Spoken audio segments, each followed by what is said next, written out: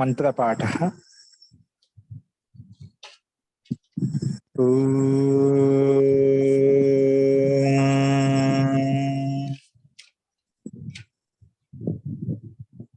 सहना भवतु सहनौ भुनक्तु सह वीर्यं करवावहै तेजस्विनावधीतमस्तु मा विद्विषावहै।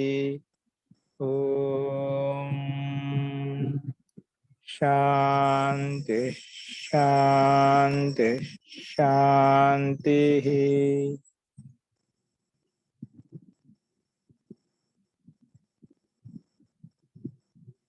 సర్వేభ్యో నమః. అందరికీ నమస్కారం అండి. నిన్న చెప్పిన పాఠంలో ఏదైనా సందేహాలు ఉన్నాయా?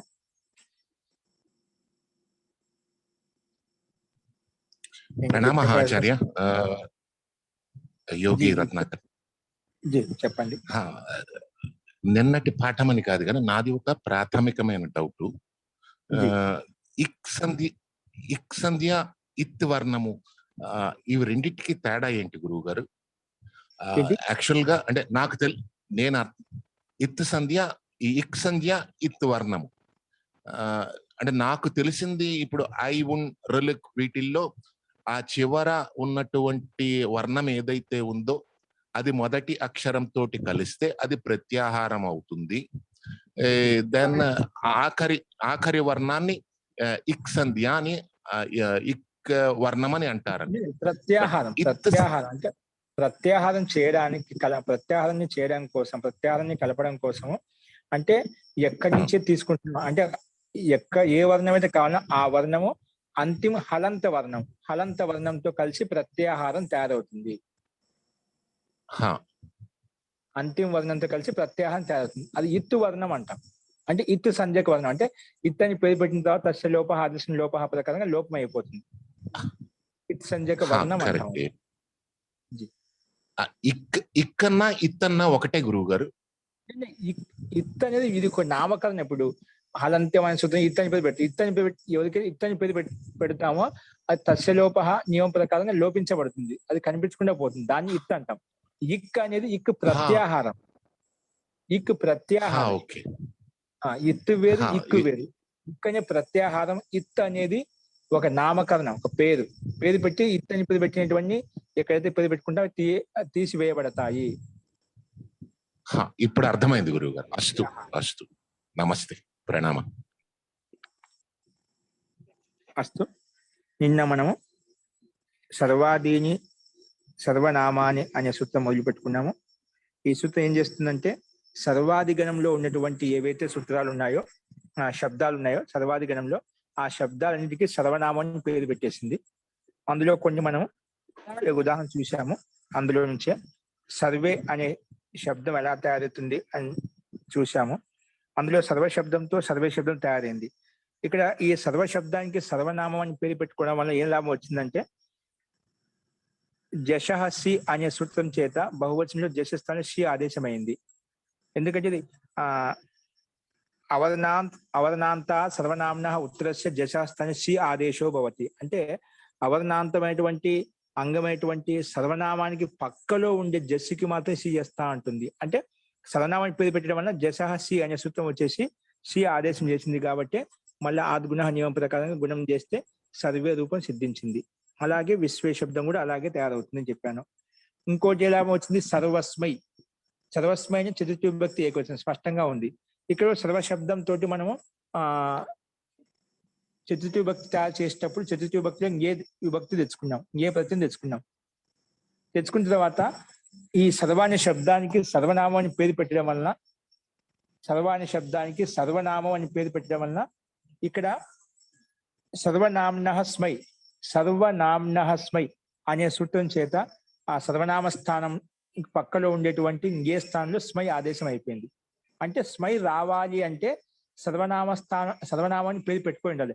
అప్పుడే దాని పక్కలో ఉండే ఏ విభక్తి స్థానంలో స్మై ఆదేశం అయిపోయింది.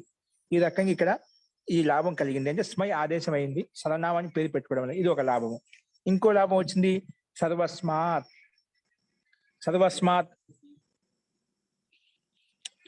ఇది పంచమి భక్తిలో. సర్వస్మాత్ అనే ఇక్కడ సర్వ శబ్దానికి మళ్ళా సర్వనామాన్ని పేరు పెట్టుకోవడం వల్ల పూర్వవత్ ప్రక్రియ మొత్తం ఉంటుంది. ఇక్కడ సర్వనామాన్ని పేరు పెట్టుకోవడం డైరెక్ట్ గా ఏం లాభం వచ్చింటే గసి ంగ్యోః స్మాత్ స్మినౌ. గసి ంగ్యోః స్మాత్ స్మినౌ అనే సూత్రం చేత ఇక్కడ మనకు గసి అనే ప్రత్యయం తెచ్చుకున్నాం కాబట్టి పంచమి భక్తిలో ఆ గసి విభక్తి స్థానంలో స్మాత్ ఆదేశం అవుతుంది పంచమి భక్తిలో. అందుకే సర్వస్మాత్ అయిపోయింది. ఇంకో లాభం వచ్చి సర్వనామ స్థానం సంజయ్ పేరు పెట్టుకుని ఇంకో లాభం వచ్చిందంటే దీంట్లో 2 ప్రత్యయాలు ఉన్నాయి. 2 ప్రత్యయాలు 2 ఆదేశాలు ఇచ్చారన్నమాట. ఒకసారి గసి విభక్తి తెచ్చుకున్నప్పుడు పంచమి భక్తిలో దాని స్థానంలో స్మాత్ వస్తుంది. ఒకవేళ సప్తమి భక్తిలో ఇంగీ తెచ్చుకున్నాం అనుకోండి, అప్పుడు ఆ అంగీ స్థానంలో స్మిన్ వస్తుంది. అందుకే స్మిన్ తెచ్చుకున్నప్పుడు సర్వస్మిన్, విశ్వస్మిన్ అలాగా రూపాలు తయారవుతాయి అని చెప్పుకున్నాము. అంటే ముఖ్యంగా సర్వనామాన్ని పేరు పెట్టుకోవడం వలన గసి ంగ్యోః స్మాత్ స్మినౌ అనే సూత్రం ద్వారా ఒకటి స్మాత్ అని పంచమి భక్తిలో వచ్చింది, స్మిన్ అని సప్తమి భక్తి ఏకవచనంలో కూడా 2 ఆదేశాలు వచ్చాయి ఇంగీ స్థానంలో. ఇంకోటి స్మై ఆదేశము, జసహసి అనే సూత్రం చేత షి ఆదేశము. ఈ ప్రయోజనాలు కలిగాయి మనకు సర్వనామాన్ని పేరు పెట్టుకోవడం వల్ల. ఇంకా ఈ సర్వనామాన్ని పేరు పెట్టుకోవడం ఏ లాభాలు కలుగుతాయి అనేది ఇంకా కొన్ని ఎగ్జాంపుల్స్ ఉన్నాయి, అవి చూద్దాం. రాసుకోండి. సర్వేషాం ఇది ఎగ్జాంపుల్ రాసుకోండి. ఇవన్నీ రాసే ఉంటారు అనుకుంటాను, చాలా మంది రాశారు, నేను గ్రూప్ లో కూడా పెట్టాను రాసిన వాళ్ళవి, అవి చూసుకోండి. ఇంకేమైనా డౌట్ ఉంటే మీరు ఎప్పుడైనా అడగవచ్చు, ఇబ్బంది లేదు. రాసుకోండి. ఇప్పుడు సర్వేషాం ఇప్పుడేంటి షష్ఠి, మనము ప్రథమ విభక్తి బహువచనం ఎలా తయారు చూసాము, చతుర్థి విభక్తి ఏకవచనం ఎలా తయారవుతుందో చూసాము, పంచమి విభక్తి ఎలా తయారవుతుందో చూసాము, అలాగే సప్తమి విభక్తి ఎలా తయారవుతుందో చూసాము. ఇప్పుడు షష్ఠి విభక్తి బహువచనంలో రూపం ఎలా తయారవుతుంది, సర్వేషం అనే షష్ఠి విభక్తి బహువచనం, ఆ రూపం ఎలా తయారవుతుంది అది చూద్దామండి. రాసుకోండి. సర్వేషాం అంటే పరిశిష్టం ముందు పెట్టుకోండి. 598వ పేజీ, 598వ పేజీ, 598. అస్తు. సర్వేషాం ఏంటి, షష్ఠి విభక్తి బహువచనం. సర్వేషాం అంటే అందరి యొక్క, అందరికి అలాంటి అర్థంలో. ఓకేనా, అది మీనింగ్. ఇక్కడ మనకి శబ్దం ఎలా తయారైంది అది చూడాలి, గమనించాలి. రాసుకోండి. కింద ఇది కూడా సర్వేషాం తయారు చేయాలంటే సర్వ శబ్దంతోనే తయారవుతుంది కాబట్టి మూల ప్రాతిపదిక రాసుకోండి. మూల శబ్దం రాసుకోండి సర్వ. దానికి ఎదురుగా మళ్ళీ పూర్వవత్ సర్వాదీని సర్వనామాని స్వాదిక్షమ్యతం. ముందుగా ప్రాతిపదిక సంధ్య పేరు పెట్టుకున్నాం, డైరెక్ట్ రాయకుండా. సర్వశబ్దం రాగానే దానికి ఎదురుగా అర్థవద ధాతుర ప్రత్యయ ప్రాతిపదికం. అర్థవద ధాతుర ప్రత్యయ ప్రాతిపదికం. ఈ సూత్రం చేత మనం సర్వశబ్దానికి ప్రాతిపదికం పేరు పెట్టుకుంటాం. ఓకే, పేరు పెట్టుకున్న తర్వాత మనకు స్పష్టంగా తెలుసు సర్వేషం మన లక్ష్యం ఏంటి. మన లక్ష్యం షష్ఠి విభక్తి బహువచనం రూపం తయారు చేయాలి. అంటే మనకు షష్ఠి విభక్తి బహువచనం మన రూపం తెలిసిపోతుంది. ఎలా తెలుస్తుందంటే మనకు గురువులు ఆచార్యులు చెప్పినప్పుడు తెలుస్తుంది ఇది షష్ఠి విభక్తి బహువచనంలో ఉంది. మనం ఎందుకంటే కొంచెం సంస్కృతం బేసిక్ పాయింట్ నేర్చుకొని వచ్చాం. ఇది పంచమి విభక్తిలో ఉంది, ఇది షష్ఠి విభక్తిలో ఉంది, ఇది ద్వివచనంలో ఉంది, ఇది బహువచనంలో ఉంది, మనకు అని తెలుసు. సర్వేషాం షష్ఠి విభక్తి బహువచనం తెలుసు కాబట్టి అక్కడ ఉండేటువంటి శబ్దాన్ని అనుసరించి మనం కూడా ఇక్కడ ప్రాతిపదిక సంధ్య అని పేరు పెట్టుకున్నాం కాబట్టి ప్రాతిపదిక అధికారానికి వెళ్ళి సు ఆది ఉత్పత్తి చేస్తామంట. ఏం చేస్తాం, సు ఆది ఉత్పత్తి చేస్తాం. అందుకే రాయండి, ప్రాతిపదిక సంధ్య పేరు పెట్టుకున్నాం కదా, జ్ఞా ప్రాతిపదిక కింద రాయండి. ఇదం అధికార సూత్రం, ఇదం అధికార సూత్రం, ఇదం అధికార సూత్రం. అస్మిన్ అధికారే, అస్మిన్ అధికారే పూర్వవత్, పూర్వవత్, పూర్వత్ షష్ఠి విభక్తి బహువచనే. ఇక్కడ షష్ఠి విభక్తి బహువచనం అంటున్నాం. షష్ఠి విభక్తి బహువచనే, షష్ఠి విభక్తి బహువచనే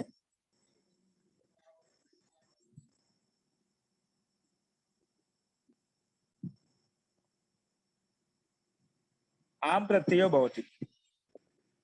గస్ ఓస్ ఆమ్ కదా, ఆం ప్రత్యయో భవతి. షష్ఠి విభక్తి బహువచనం వస్తుంది, ఆం ప్రత్యయో భవతి. జ్ఞా ప్రాతిపదిక అధికానికి వెళ్ళి ఏం తెచ్చుకున్నాం మనం సు ఔ జస్ ఆదికి సు ఆదికి ఉత్పత్తి చేసి పురవత్ ఏం తెచ్చుకున్నాం షష్ఠి విభక్తి బహువచనంలో ఆం ప్రత్యయం తెచ్చుకున్నాం. ప్రత్యయం ఎక్కడ వస్తాయి? ప్రత్యయ పరశ్చ. కాబట్టి పక్కనే వస్తాయి. దాని ప్రత్యయ పరశ్చ రాసి దాని పక్క సర్వ శబ్దానికి పక్క దాని సర్వ ఆం, సర్వ ఆం, సర్వ ఆం.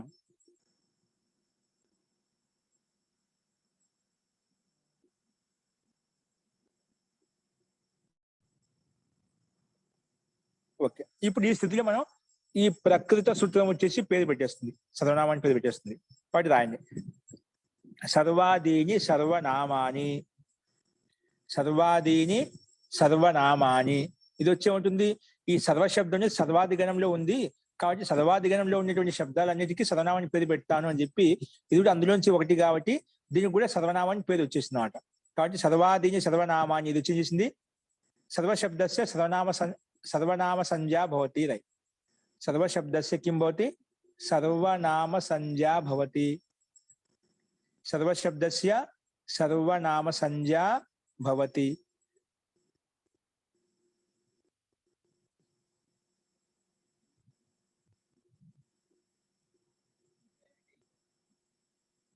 ఓకే, సర్వనామాన్ని పేరు పెట్టుకుని ఎలా వచ్చింది? రాయండి. సర్వనామ సంజకత్వాత్ అంటే సర్వనామాన్ని పేరు పెట్టడం అని ఎలా వచ్చిందంటే సర్వనామ సంజకత్వాత్ అని పెట్టి చిన్న డాష్ ఇచ్చి కింద రాయండి. ఆమి సర్వనామ్నః సుట్. ఏమంటే ఆమి సర్వనామ్నః సుట్. ఆమి సర్వనామ్నః సుట్. ఆమి సర్వనామ్నః సుట్. ఆ స్క్రీన్ మీద చూసి రాసుకొని తప్పులు లేకుండా ఆమి సర్వనామ్నః సుట్ వచ్చింది. చూడు, సర్వనామాన్ని పేరు పెట్టాం కాబట్టి వచ్చింది. సర్వనామాన్ని పేరు పెట్టుకుని ఈ సూత్రం రాదు, అందుకోసం పెట్టామంట. ఈ సూత్రం ఉంది కాబట్టి మహర్షి పాణి దానికి సర్వనామాన్ని పేరు పెట్టామంటే, ఎందుకు సర్వనామాన్ని పేరు పెట్టినప్పుడు ఈ సూత్రం రావాలని చెప్పి ఇది ఒక కండిషన్స్ అన్నమాట. కాబట్టి అక్కడ సర్వనామ సంజ్ఞ పేరు పెట్టినా కాబట్టి ఈ సూత్రం వచ్చేసింది. చూడు, స్పష్టంగా ఉంది. ఆమి మనం నేర్చుకునే ప్రతి ఆమె ప్రత్యయం కదా. ఆమి సప్తమి విభక్తి. చూడండి విభక్తి ఒకసారి గమనించండి. ఆమి సప్తమి విభక్తి ఏకవచనం. నెక్స్ట్ సర్వనామ్నః ఇది పంచమి విభక్తి ఏకవచనం. సుట్టు ప్రథమ విభక్తి ఏకవచనం. దీన్ని బట్టి ఏమవుతుంది? మనం ఎక్కడ పని చేసుకోవాలి? ఆమి అంటే సప్తమి విభక్తి అంటే పక్కన ఉంటే అంటే ముందుకు పని చేసుకోవాలి. ఓకే, ఇంకోటి పదం సర్వనామ్నః ఇదే విభక్తి పంచమి విభక్తి. ఆ సర్వనామ్న అంటే సర్వనామ శబ్దానికి పక్కలో ఉండాలి. ఏంటి? సర్వనామ శబ్దం పంచవిభక్తి. పంచవిభక్తి అంటే ఏంటి? పక్కలో వస్తుంది అన్నమాట. పంచవిభక్తి అంటే పక్కలో వస్తుంది. సర్వనామ్నః. ఓకేనా? సర్వనామ్నః ఇది పంచవిభక్తి అంటే దాన్ని పక్కలో పనిచేస్తుంది. పంచవిభక్తి అంటే దాన్ని పక్కలో పనిచేసుకుంటా అని చెప్పాను కదా. ఇప్పుడు అర్థం రాసుకో, ఎలా ఉందో రాసుకొని చెప్తున్నాను. అనేన సూత్రేణ, అనేన సూత్రేణ అంటే మనకు పంచవిభక్తి సర్వనామ శబ్దానికి పక్కన ఉండాలి, ఆమె ప్రత్యయానికి ముందు ఉండాలి. అంటే మధ్యలో అయిపోతుంది పని. ఎలా అవుతుంది చూద్దాం, రాసుకోండి. అనేన సూత్రేణ అవర్ణాంతాత్, అవర్ణాంతాత్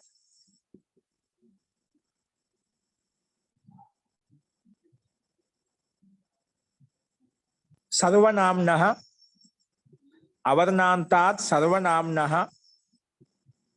ఉత్తరస్య, అవర్ణాంతాత్ సర్వనామ్నః ఉత్తరస్య, ఉత్తరస్య ఆమః, ఆమః సుట్ ఆగమో భవతి. ఆమః సుట్ ఆగమో భవతి.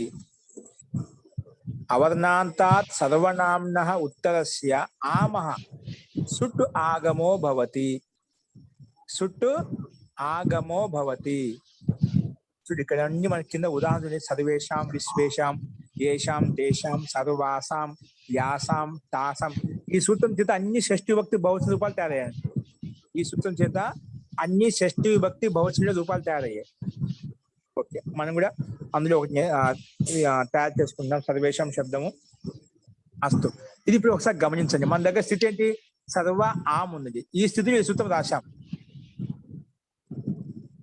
సర్వ ఆమ్ ఈ స్థితిలో మనం సర్వాదీని సర్వనామాని అనే సూత్రం వచ్చేసి సర్వశబ్దానికి సర్వనామాన్ని పేరు పెట్టడం వల్ల మనకి ఏం లాభం కలిగిందంటే ఏం ప్రయోజనం కలిగిందంటే ఆమె సర్వనామ్న సుట్టు అనే సూత్రం వచ్చేసింది. ఏమంటుంది? ఆమె పరత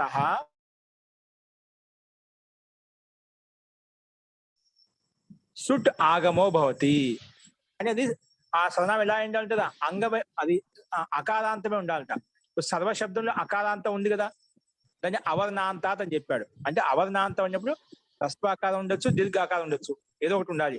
సర్వశబ్దంలో అవర్ణాంతం ఉంది కదా, అంటే అకారం ఉంది కదా, అకారం ఉంది. ఇంకా దానికి సర్వనామాన్ని పేరు పెట్టినాలి.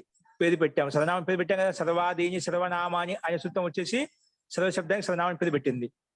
కాబట్టి అలాంటి సర్వనామాన్ని పేరు పెట్టిన దానికి పక్కలో ఏమొస్తుందంట? సూట్ ఆగమో భవతి. సూట్ ఆగమో భవతి. సర్వనామ్న ఉత్తరశ సూట్ ఆగమో భవతి. కిమోతి? సూట్ ఆగమో భవతి. ఎవరికి? సర్వనామన ఉత్తరస్య ఆమహ సూట్ ఆగమో భవతి. ఏం రాసింది? ఆమహ సూట్ ఆగమో భవతి. అదే రాసింది. ఆమ్కి సూట్ ఆగమం అవుతుంది. ఆమె పరత సూట్ ఆగమో భవతి. ఒకసారి సూత్రం చెప్పండి, ఏం రాశారు? అవర్ణాంతాత్ సర్వనామ్నః ఉత్తరస్య ఆమః ఆగమో భవతి. ఆమః సుట్ ఆగమో. ఆమహ అంటే ఆమ్కి సుట్ ఆగమైంది. ఎవరికైంది? ఆమహ అంటే ఆమ్ ప్రత్యయానికి సుట్ ఆగమో భవతి. ఎందుకంటే ఆగమాలు అంగానికన్నా వస్తాయి, లేదా ప్రత్యయానికన్నా వస్తాయి. అంటే ఎవరికి చెప్తే వాళ్ళకి అవయవంగా వచ్చేస్తాయి. ఆగమాలు ఎవరికి చెప్పామో వాటికి అవయవంగా వచ్చేస్తాయి. కాబట్టి ఆమహ సుట్ ఆగమో భవతి అంటున్నాం. ఆమ్ పక్కన ఉంటే అది ఆమ్ ప్రత్యయం సుట్ ఆగమో భవతి అంటున్నాం. అంటే ఆమ్ ప్రత్యయానికి ఆగమంగా వస్తుంది, అంటే అవయవంగా వస్తుంది. సరే, ఆమ్ అనే ప్రత్యయానికి సుట్ ఆగమంగా వస్తుంది చెప్పావు. కానీ ఆమ్ అనే ప్రత్యయానికి ముందు కూర్చోవాలన్నా, దాన్ని పక్కలో కూర్చోబెట్టుకోవాలన్నా, లేని పైన కింద ఎక్కడ కూర్చోబెట్టుకోవాలి? అది మనకు స్పష్టత లేదు కదా. సూక్తం చెప్పింది సర్వనామ్న అవర్ణాంతమైన సర్వనామానికి పక్కలో ఆమ్కి సుట్ట ఆగం అవుతుంది, ఆమ్ ప్రత్యయానికి సుట్ట ఆగమం వస్తుందని చెప్పింది. ఓకేనా? సరే, ఆమ్కి ఎక్కడ కూర్చోడా? దానికంటే ముందు కూర్చోబెట్టాలా, మధ్యలో కూర్చోబెట్టాలా, పక్కన కూర్చోబెట్టాలి, ఎక్కడ కూర్చోబెట్టాలి? అది స్పష్టత లేదు కదా. కానీ దానికి నిర్ణయం కోసము ఏం రాస్తా? ప్రశ్నవాచక రాయండి. సుట్ ఆగమ కుత్ర భవతి. ఆమహ సుట్ ఆమహ అంటే ఆమ్ ప్రత్యయస్య సుట్ ఆగమ కుత్ర భవతి. అంటే ఆమ్ ప్రత్యయానికి సుట్ ఆగమం ఎక్కడ వస్తుంది? ఆమహ అంటే ఆమ్ ప్రత్యయస్య ఆమ్ ప్రత్యయస్య సుట్ ఆగమ కుత్ర భవతి.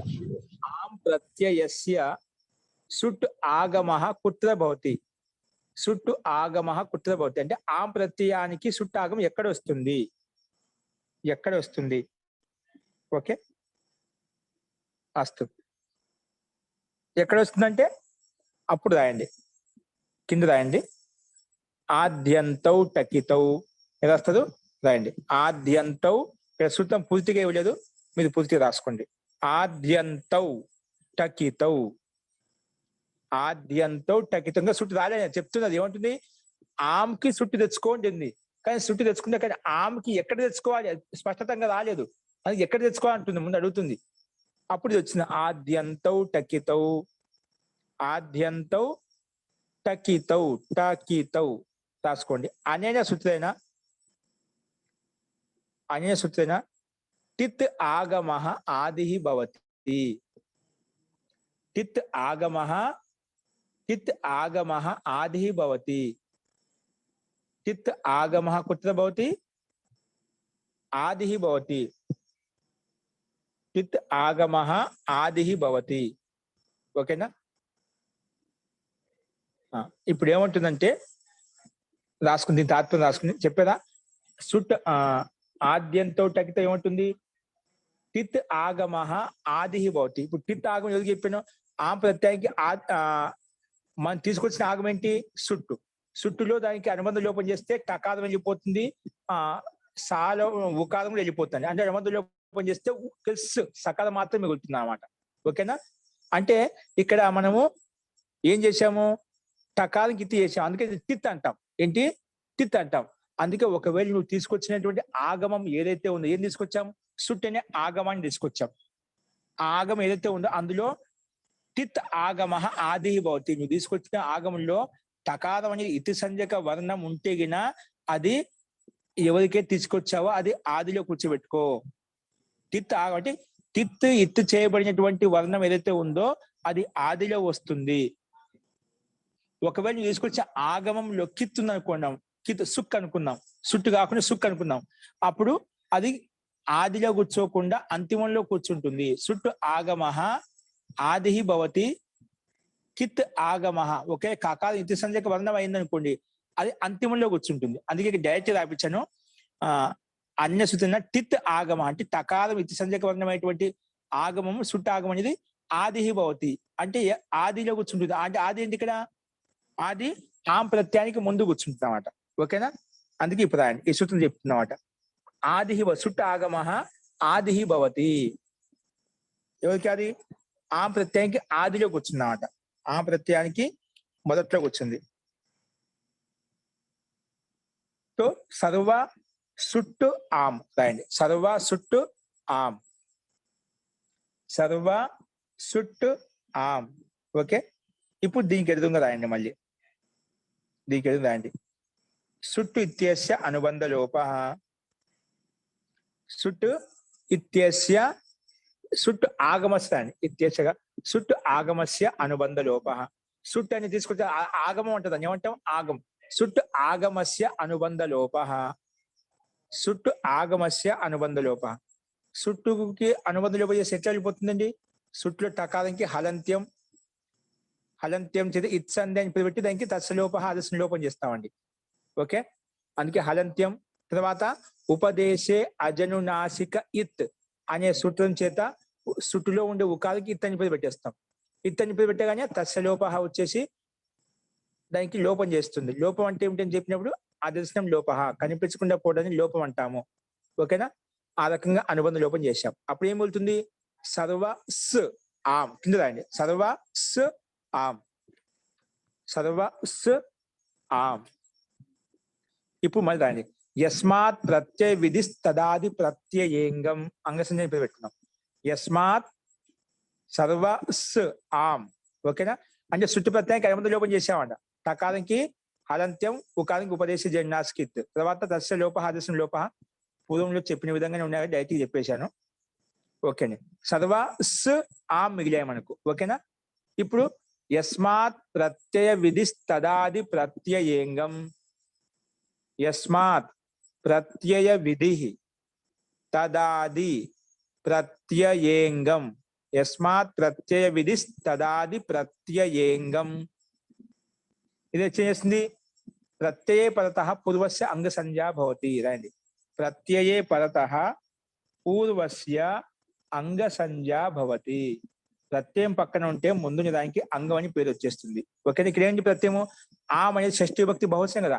ఆం ప్రత్యయం. ఆం ప్రత్యయం పక్కన ఉంటే ముందు దానికి ఏమైంది? అంగం అని పేరు పెట్టేసింది. అంటే సర్వ పక్కన స్, దానికి కూడా మొత్తానికి అంగం అని పేరు వచ్చేస్తుంది. ఏమొచ్చిందండి? అంగం అని పేరు పెట్టుకున్నాం.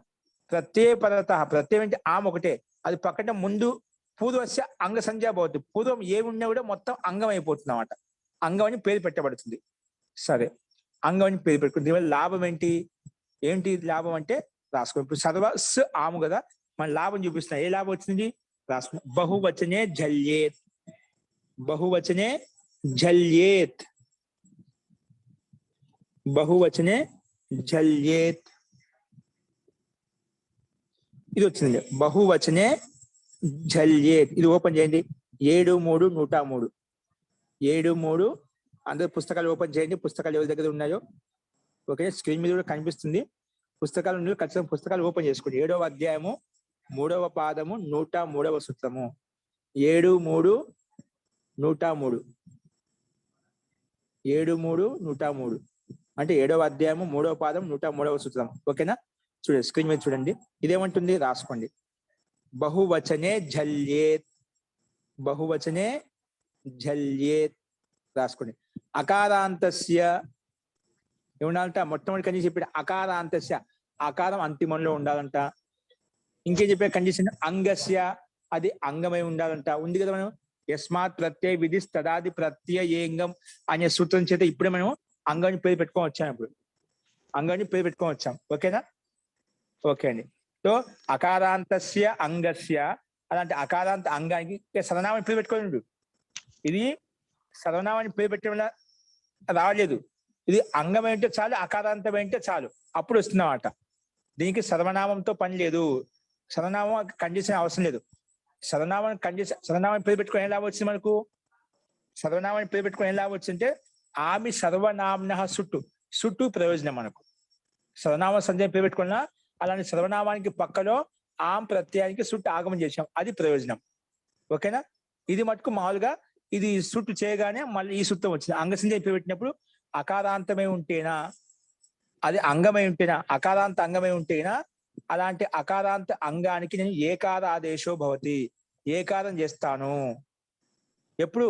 బహువచనే జలాదౌ సుపి పరతః, బహువచనంలో జలాది సుపి పక్కన ఉంటేనే అని చెప్పి. అంటే బహువచనంలో ప్రత్యయం పక్కన ఉండాలి. ఎటువంటి ప్రత్యయం? సుప్పు ప్రత్యయం అంట. ఎటువంటి ప్రత్యయము? సుప్ అంటే సు, ఔ, జస్, అమ్, ఔట్, సెస్ 21 ప్రత్యయాల నుంచి ఉండే ప్రత్యయానికి మాత్రం పక్కన ఉంటేనే. మళ్ళీ అంతలో ఆగలేదు, సుప్ అని చెప్పలేదు. అది ఎలా ఉండాలి? అలాంటి సుప్ ప్రత్యయంలో కూడా జలాది, జలు వర్ణం ఆదిలో ఉండాలి. నువ్వు తీసుకొచ్చిన 21 ప్రత్యయాల నుంచి ఏ ప్రత్యయంలో అయితే జలు వర్ణం ఆదిలో ఉందో జలాది ప్రత్యయ పరత అంటున్నాడు. జల్ ఆది, జల్ అనే వర్ణం ఆదిలో ఉన్నటువంటి ప్రత్యయం పక్కన ఉంటే, ఏ ప్రత్యయం? సుప్రత్యయం. మళ్ళా ప్రత్యయాలు చాలా ఉన్నాయి, అందులో సుప్రత్యయమే పక్కన ఉంటేనే, అంటే సుప్పులో ఉంటే 21 ప్రత్యయాలు ఉండే ప్రత్యయాలు సుప్ అంటాం. ఆ ప్రత్యయం పక్కన ఉంటేనే అప్పుడు అకారాంతమైనటువంటి అంగానికి ఏం చేస్తుంది? ఏకారాదేశో భవతి, ఏకారము అనేది ఆదేశంగా వస్తుంది. ఏమొస్తుంది? ఏకారాదేశో భవతి. రాసుకోండి. అకారాంతస్య అంగస్య ఏకారాదేశో భవతి. అకారాంత అంగానికి ఏమొస్తుందంట? షష్ఠీ విభక్తి అంటున్నాడు, స్థానం పనిచేసుకున్నప్పుడు అకారాంత అంగస్య అంట. అంగ షష్ఠీ విభక్తినా అంటే దాని స్థానంలో అకారాంతస్య అంగస్య ఏకార ఆదేశం అవుతుంది. ఏకారం ఆదేశంగా వస్తుంది. సూత్రం చెప్పిన ప్రకారం చేసుకోవాలి కదా. అకారం అంతిమంలో ఉండాలి, అది అంగమై ఉండాలి. అటువంటి అకారాంతమైనటువంటి అంగానికి నేను ఏం చేస్తా? ఏకారం ఆదేశో భవతి, ఏకారం ఆదేశంగా వస్తుంది. కానీ పక్కన బహువచనే జలాదో సుఖి పరతః అయింది. పరంతు ఇక్కడ అంగము అకారాంతం ఎక్కడైందండి? సకారం వ్యంజన వర్ణం ఉంది కదా ఎక్కడ? సర్వస్. ఓకే, అతి ఉత్తమం. కానీ అవయవాలు ఎవరికి వచ్చాయండి? మంచి ప్రశ్న వేశారు మీరు, సంతోషం. ఇది ఆగమం చెప్పాను. ఆగమాలు ఎవరికి వస్తాయి? ఎవరికి చెప్పాము? వాటికి అవయవంగా వస్తాయి. ఇప్పుడు ఆమ్ ప్రత్యయం చెప్పాం, ఆమెకి అవయవంగా ఆమహ సుట్ట ఆగమ పోతుంది చెప్పాం. అంటే ఆమెకి అవయవం అయిపోయింది. ఇప్పుడు ఆమ్ ప్రత్యయం అయినప్పుడు ఇది ప్రత్యయం కింద తీసుకుంటాం. అంటే ఇప్పుడు సాతో కలుపుకొని ఆమ్ మొత్తం ఇది ప్రత్యయం. అలాంటి ప్రత్యయం పక్కన ఉంటే ముందుది అవయవంగా, ముందుది అంగం అయిపోతుంది అన్నమాట. సా అవయవం కాదు. ఓకేనా? సర్వ మాత్రమే అంగం అవుతుంది. ఎందుకంటే ఎవరు ఏ ప్రత్యయానికైతే మనము అవయవంగా కూర్చో దానికి సంబంధితమైంది అనమాట. ఎవరింటికి గెస్ట్ గా వచ్చాడో ఆ ఇంటికి సంబంధించిన వాళ్ళే అవుతుంది అనమాట. పక్కింటి వాళ్ళకి కాదనమాట, ముందున్న వాళ్ళకి, ముందింటికి వాళ్ళకి కాదు. అలాగా మనము ఆమ్ ప్రత్యయానికి మాత్రమే అవయవంగా అని చెప్పినప్పుడు దానికి సంబంధించి, అంటే ఆమ్ అవయవైనప్పుడు ప్రత్యయం అయినప్పుడు ఇది కూడా ప్రత్యేక కింద భావిస్తాము. అందుకే అక్కడ తీసుకోలేదు. అస్తు ఉత్తమం గారు. జల్యేత్ అనేది కూడా కొంచెం వివరించరా? బహువచనే జలాదో పడతావు సార్. ఆయన బహువచనే జలాదో అంటే జల్ ప్రత్యాహార వర్ణం ఆదిలో ఉండాలంట. మనం తీసుకొచ్చిన సుప్రత్యాలు ఏదో ఒకటి, సుప్రత్యయం అంటే 21 ప్రత్యయాలు ఉన్నాయి, ఏదో ఒకటి పక్కన ఉండాలని చెప్పాడు. మనకు ఆమ్ వచ్చింది. ఏమొచ్చింది? ఆమ్ వచ్చింది. ఆమ్లో జలా, దాంట్లో ఆమ్ ప్రత్యయంలో జల్ వర్ణం ఉందా? జల్ అని జల్ ప్రత్యాహారం అంటే జభై, ఘ ఢ ధస్, జబ గడ దస్, ఖ ఫ చ ఠ త చటతౌ కపై ష ష సర్ హల్. అంటే అక్కడ జబై నుంచి వరకు లాస్ట్ లా వరకు, అంటే జాకి లాకి మధ్యలో ఉండేటువంటి వర్ణాలు ఏవైతే ఉన్నా ఆ వర్ణాలు, అంటే అందులో నుంచి ఒక వర్ణం ప్రత్యానికి ఆదిలో ఉండాలంట. ఉందే ఇక్కడ మనకి ఆమ్? ఆమ్లో ఉందా? ఆమ్లో అకారం కదండి ఇది. లేదు, మళ్ళా ఎట్లా అవుతుంది? మళ్ళా అంగంలో సర్వలో కదండి. సర్వ శబ్దంలో జలాది అవ్వాలి. అది కాదు, ఇది మనకు 2 కండిషన్ అవుతుంది. సర్వనామ ఇదేముంటుంది మనకు సూత్రం ఏముంటుంది? ఇది ఏ సూత్రం చెప్పి బహువచన జల్యత్. ఇదేం కావాలి? జలాదౌ సుపి పరతః. జలాదౌ సుపి పరతః అంటున్నాం. జలాది అంటే జల్ ప్రత్యాహారంలో ఉన్నటువంటి వర్ణం ఏదో ఒకటి పక్కన ఉంటేనా జలాది ప్రత్యయం అంటే ప్రత్యయ శబ్దం.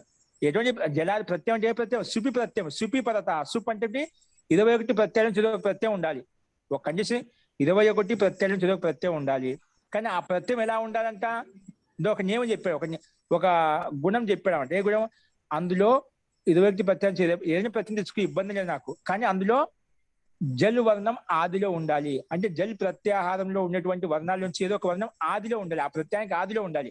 అప్పుడు ఆ ముందున్నటువంటి అకారాంత అంగానికి ఏకారం ఆదేశం చేస్తాను అని చెప్పింది. ఇక్కడ ఆమ్ చూద్దాం. ఆమ్ అంటే ఏంటి? ఆమ్లో లేదు. ఆముకున్న అంగానికి జలాది అవుతుంది, సకారం జలాది అవుతుంది, జల్ అవుతుంది. అది ఎందుకంటే జకార్ ప్రత్యయానికి వచ్చింది కదా, అంటే ప్రత్యయానికి వచ్చింది కానీ ప్రత్యయానికి ఆదిలోకి వచ్చింది, అప్పుడు జలాది అయిపోయింది.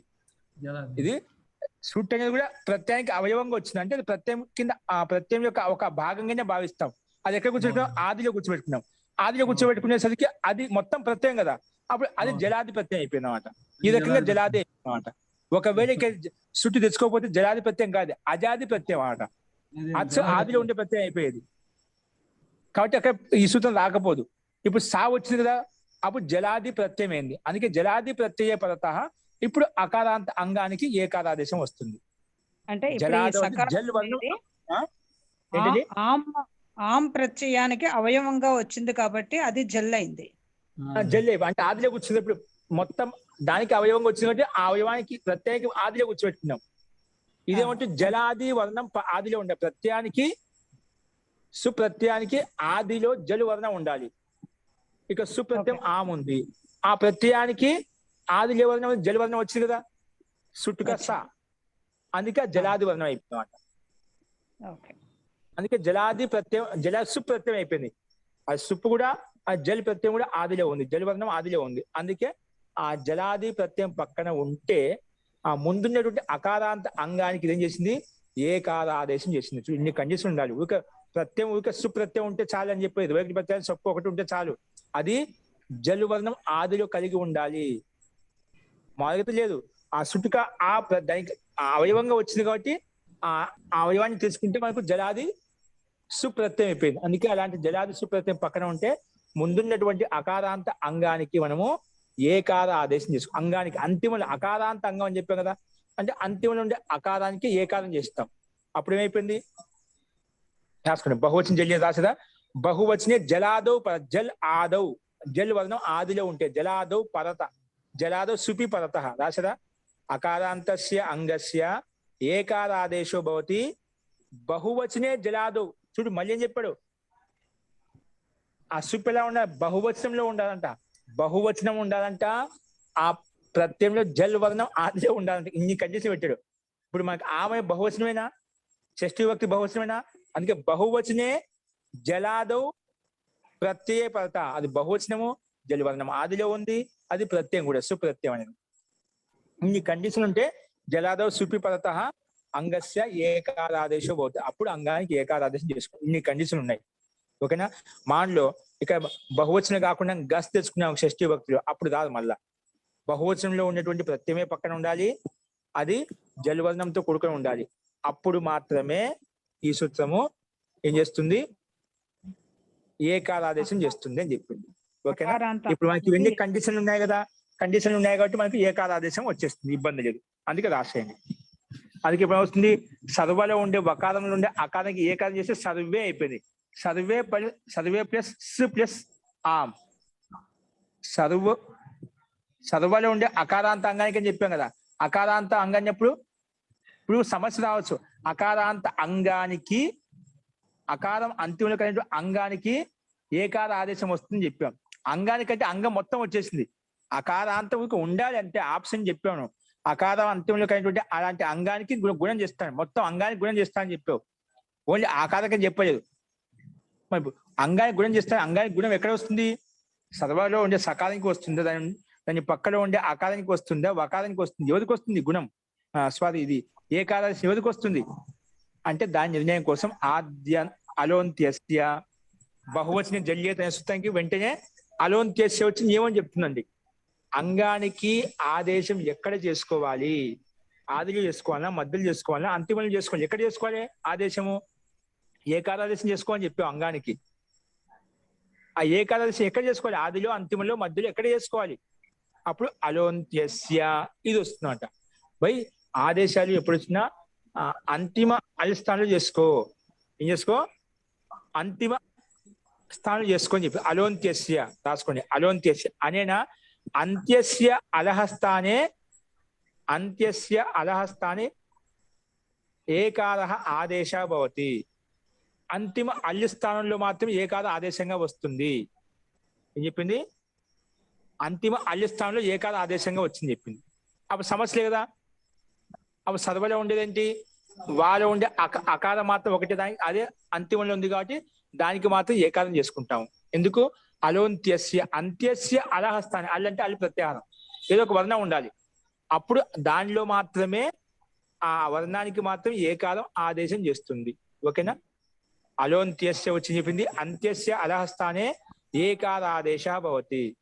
సో అంగానికి అంతిమంలో ఉండే ఆకారం అదే కాబట్టి ఆ ఆకారాన్ని తీసేసి ఏకాదం పెట్టుకుంటే సర్వే అయిపోయింది. సర్వే కింద దాన్ని సర్వే స్ ఆమ్, సర్వే స్ ఆమ్ ఈక్వల్ టు దాన్ని పక్కన కలిపి దాన్ని సకాల హలంతం కదా, పక్కన ఆమ్ కలిపితే వ్యంజనవర్ణం పక్కన స్వరవర్ణంతో కలిసిపోతుంది కదా. అచిహీనం పదైన సంయోజ్యం ఇక్కడ సామ్ అయిపోతుంది.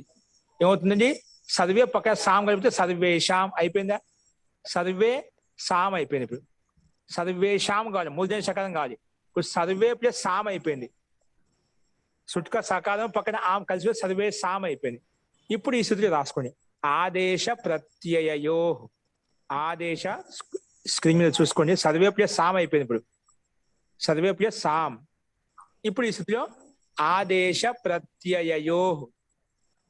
ఆదేశ ప్రత్యయయో ఇదేం చేసింది? రాసుకోండి. అనేన సూత్రేణ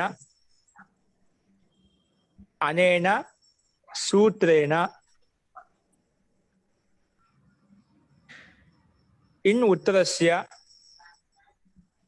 అనేన సూత్రేణ ఇన్ ఉత్తరస్య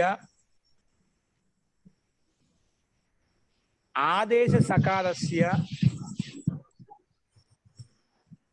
లేదా ప్రత్యయ సకారస్య ఇన్ ఉత్తరస్య ఆదేశ సకారస్య అథవా అంటే లేదా అథవా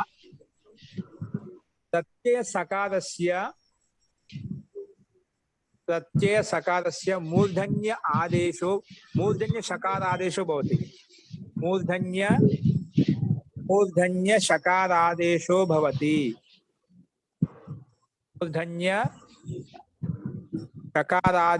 భవతి. ఏం చెప్పింది సూత్రము? ఏమంటుంది? ఆదేశ ప్రత్యయో ఇన్ ప్రత్యాహారంతో పక్కన ఉన్నాయి. ఇన్ని ప్రత్యాహారం తీసుకున్నాను. ఇన్ని కానీ కవర్గం కానీ, ఇక్కడ కవర్గంగా చెప్పలేదు. అందుకే ఇన్ని ప్రత్యాహారానికి పక్కలో ఇన్ని ప్రత్యాహారం ఉందండి. ఇక్కడ ఇన్ని ప్రత్యాహారం ఎక్కడి నుంచి స్టార్ట్ అవుతుంది? ఆ ఈ ఉన్లో ఉండే ఈ నుంచి ఆ వదిలేసి ఈ నుంచి స్టార్ట్ అవుతుంది. ఇన్ని ఎక్కడ తీసుకోవాలి? పద నకారం తీసుకోవాలి. లండ్లో ఉండే నకారం తీసుకోవాలి. ఏం తీసుకోవాలి? లండ్లో ఉండే నకారాన్ని తీసుకోవాలి. ఏం తీసుకోవాలండి? లండ్లో ఉండే నకారాన్ని తీసుకోవాలి. ఓకేనా? లండ్లో ఉండే నకారం తీసుకోవాలి. అంటే ఈ ఉ రు లు ఏ ఓ ఐ ఔ హా యా వా రా లా పక్కన నా ఉంది. లండ్ అంటే ఈ నుండి మొదలుకొని ఆ ఈ ఉండ్లో ఉండే ఈ నుండి మొదలుకొని లండ్లో ఉండే అంతిమ నకారానికి మధ్యలో ఏవైతే వర్ణాలు ఉన్నాయో అవన్నీ ఇన్ ప్రత్యాహారంలో వచ్చేస్తాయి. ఓకేనా? ఇన్ ప్రత్యాహారంలో అనగానే ఇన్ని వర్ణాలు వస్తాయి. ఈ వర్ణాల్లోంచి ఏదో ఒక వర్ణానికి పక్కలో ఈ వర్ణాల్లోంచి ఏదో ఒక వర్ణం ఉండాలి. అప్పుడు ఈ వర్ణం ఉందనుకోండి, దానికి పక్కనే ఉండాలి ఆదేశ సకారం కానీ అథవా ప్రత్యయ సకారం కానీ ఉండాలంట. ఇక్కడ మనకి ఏముందండి? సర్వే ప్లస్ సామ్ ఉంది. సర్వే ప్లస్ సామ్ మొట్టమొదటి కండిషన్ ఉంది ఇన్ ఉండాలి ముందు. ఇన్ ప్రత్యాహారంలో ఉండే వర్ణం ఉండాలి. ఇక ఇన్ ఉందా ముందు? మనకి ఇక్కడ ఇన్ ప్రత్యాహారంలో ఉండే వర్ణం ఉందా? సర్వే శబ్దంలో ఏకారం ఉంది. ఇన్ ఇన్ని ప్రత్యయాలు వస్తుంది కదా, ఏ ఓంగ్ ఇన్ని ప్రత్యయాలు వస్తుంది, ఏ కాలం ఉంది మనకు. దాని పక్కనే ఉండాలి ఇప్పుడు రెండో ఆప్షన్, ఆదేశ సకాలం కానీ ప్రత్యయ సకాలం కానీ ఉండాలి. ఇది ఆదేశ సకాలం ప్రత్యయ సకాలమా? ఆదేశ సకారం ఆదేశ తీసుకొచ్చా కదా మనం. సుట్ ఆగమ ఆదేశ భవతి, సుట్ ఆగమ ఆదేశ భవతి, సుట్ ఆగమంగా వస్తున్నాడు, సుట్ ఆగమ ఆదేశంగా వస్తున్నాం. ఓకేనా? ఇదేంటి ఆదేశ ప్రత్యయమే, ప్రత్యయానికి అవయవంగా వచ్చింది, ప్రత్యయమే కాదని లేదు. కానీ ఎటువంటి ప్రత్యయము? ప్రత్యయం డైరెక్ట్ గా ఉండే ప్రత్యయం లేదు, అది తెచ్చుకునేటువంటి సకాలం అన్నమాట. ఆదేశ సకాలం అన్నమాట. ఓకేనా?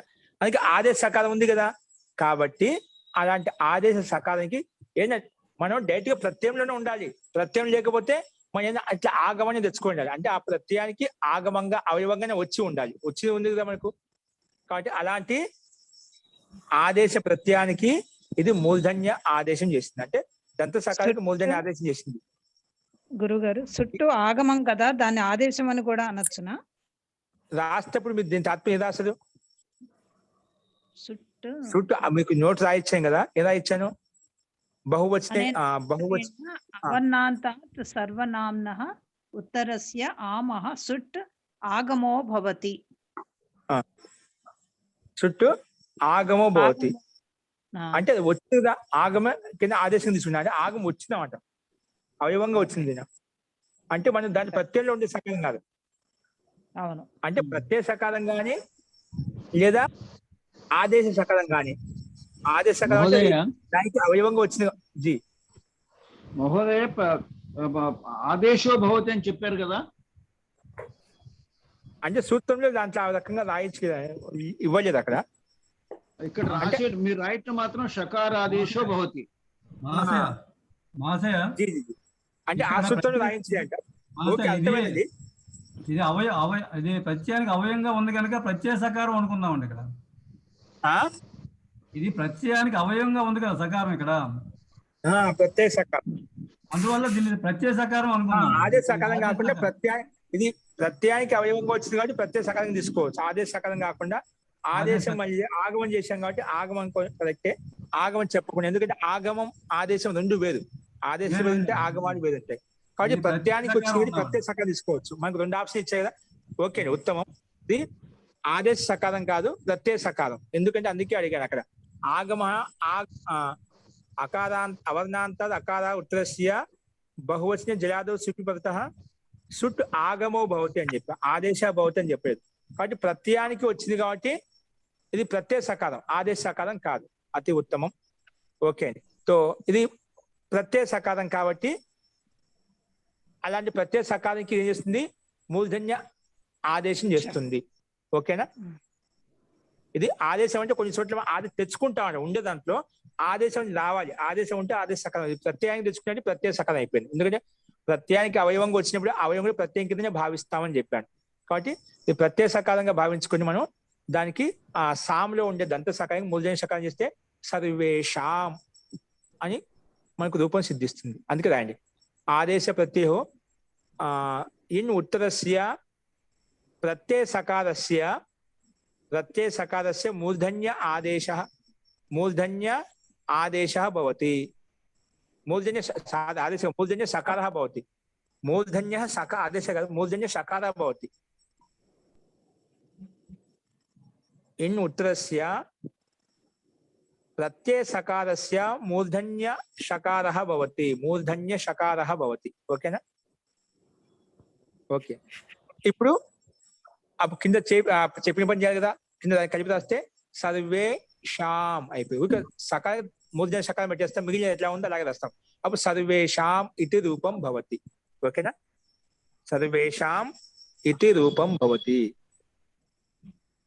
అలాగే ఇసి ప్రకారం ఆ సర్వస్థానంలో విశ్వ శబ్దం పెట్టుకున్నాం అనుకోండి, విశ్వేషాం అనే రూపం తయారవుతుంది. ఓకేనా? దాంట్లో ఏం మార్చాల్సిన సర్వస్థానంలో విశ్వ శబ్దం పెట్టుకుంటాం. విశ్వ ఆం, విశ్వ సుట్ ఆం, విశ్వ స్ ఆం, విశ్వే సాం, విశ్వేషాం. ఓకేనా? మొత్తం అదే ప్రక్రియ ఉంటుంది. ఊరికే సర్వస్థానంలో విశ్వ అని సర్వనామ శబ్దాన్ని పెట్టుకోవాలి. ప్రక్రియ మొత్తం అదే విధంగా ఉంటుంది. ఓకే, దీని జొదక సందేహం ఉందండి? ఇప్పుడు ముఖ్యంగా సర్వనామాన్ని పేరు పెట్టుకున్న సర్వనామ్న ఆమె సర్వనామ్న సుట్ అనే సుట్టు వచ్చింది ఆగమంగా. సుట్టు వచ్చిన తర్వాత మళ్ళా అది జలాది ప్రత్యమైంది కాబట్టి బహువచనే జల్యేత్ అనే సూత్రం వచ్చేసి ఆ ముందున్నటువంటి ఆకారానికి ఏకారం ఆదేశం చేసింది. అప్పుడు సర్వే అయిపోయింది. పక్కన ఆదేశ ప్రత్యయో ప్రకారంగా మూర్ధన్య సకారం చేసుకుంటే సర్వేషాం అనే రూపం మనకు ఇష్టసిద్ధి సిద్ధించింది. ఓకే, ఇప్పుడు నెక్స్ట్ రాసుకోండి. ఇంకొకటి సర్వకహ రాసుకోండి. అలాగే విశ్వేషం కూడా మొత్తం సేమ్ టు సేమ్ అలాగే రాయండి. చిన్న డౌట్ జీ చెప్పండి. ఆదేశానికి ఆగమానికి ప్రధానమైనటువంటి తేడా ఏమిటి? ఆదేశం అనేటివి వాటి స్థానాల్లో వస్తాయి, ఆగమాలు అవయవంగా వస్తాయి.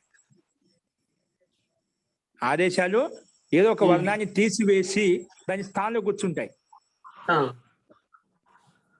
ఆదేశాలు ఏదో ఒక వర్ణాన్ని తీసేసి సంపూర్ణ స్థానం తీసేస్తుంది, ఏదో ఒక వర్ణాన్ని తీసేసి ఎక్కడో ఒకసారి కూర్చుంటున్నాను, ఏదో ఒక స్థానంలో కూర్చుంటున్నాం అంట. ఆగమాలు అలా కాదు, అవయవంగా కూర్చుంటాయి. ఆదిలో కూర్చుంటే అంతిమంలో కూర్చుంటున్నా అంట. ఏ వర్ణాన్ని తీసివేరు ఆగమాలు.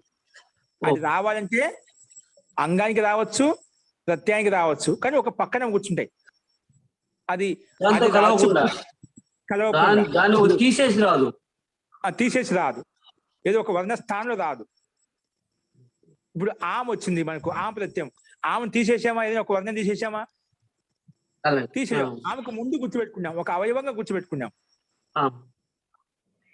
అందుకే ఆగమాలు అవయవంగా వస్తాయి, ఆదేశాలు ఏదో ఒక స్థానంలో, ఏదో ఒక వర్ణంలో, ఏదో ఒక వర్ణం యొక్క స్థానంలో, ఏ సమూహం యొక్క స్థానంలో వస్తాయన్నమాట.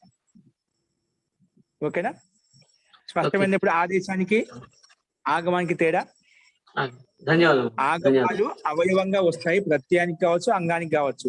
ఆదేశాలు ఎల్లప్పుడూ ఏదో ఒక వర్ణ స్థానంలో వస్తాయి, సమూహంలో లేదా సమూహ శబ్దం యొక్క స్థానం రావచ్చు, లేదా ఒక వర్ణ స్థానం, ఏదో ఒక స్థానం కావాలి దానికి. అది వచ్చి కూర్చోవాలంటే ఏదో ఒక వర్ణం కావాలి. ఏదో సమూహంలో వర్ణాలు తీసుకో, లేదా ఏదైనా ఒక వర్ణం తీసుకో. నాకు స్థానం కావాలి, ఆదేశం కావాలి, స్థానంలో వస్తాయి. ఓకేనా? ధన్యవాదాలు. ఇప్పుడు సర్వకహ ఆదేశ ప్రత్యయో. జీ చెప్పండి, ఏమంటున్నారు? ఆదేశ శత్రువత్ భవతి, ఆగమః మిత్రవత్ భవతి అని అంటారు. ఆదేశ కథం భవతి? శత్రువత్. శత్రువత్ ఎందుకంటే తీసేసి ఇది వచ్చి కూర్చున్నామట, శత్రువు అయిపోయింది కదా. ఆగమః మిత్రవత్ భవతి, అది వచ్చి మిత్రులకు కూర్చుని పక్కన, ఆయన తీసేయలేదన్నమాట. జీ అలా చెప్తారు మనకు, అలాగా. ఓకే, అతి ఉత్తమం. ఆదేశ అర్థమైందని చెప్పి వాళ్ళు చెప్పింది. ఆదేశం ఎందుకంటే ఒక తీసేసి వచ్చింది కాబట్టి శత్రువు అయిపోయింది అన్నమాట ఆ వర్ణానికి. ఆగమం ఆమెకు పక్కలో చూస్తుంది బాగా ప్రేమపూర్వకంగా మిత్రత చేసుకుంటూ, కాబట్టి అదేం చేయలేదు. రెండు ఉన్నాయన్నమాట. ఇప్పుడు అక్కడ సాగ అనిపిస్తుంది, పక్కన ఆమె కూడా ఉంది, మొత్తం కలిసి సర్వేషం అయిపోయింది, మిత్రుల యొక్క కూర్చుంది పక్కలో. అందుకే ఆదేశాలు శత్రువత్తుగా ఉంటాయి, ఆగమాలు మిత్రునివత్తుగా. శత్రువత్ ఆదేశ మిత్రవత్ ఆగమ. మిత్రవత్ ఆగమ, శత్రువత్ ఆదేశ. నెక్స్ట్ రాసుకోండి సర్వకహ. సేమ్ ఇదే విశ్వేషం కూడా అలాగే రాయండి.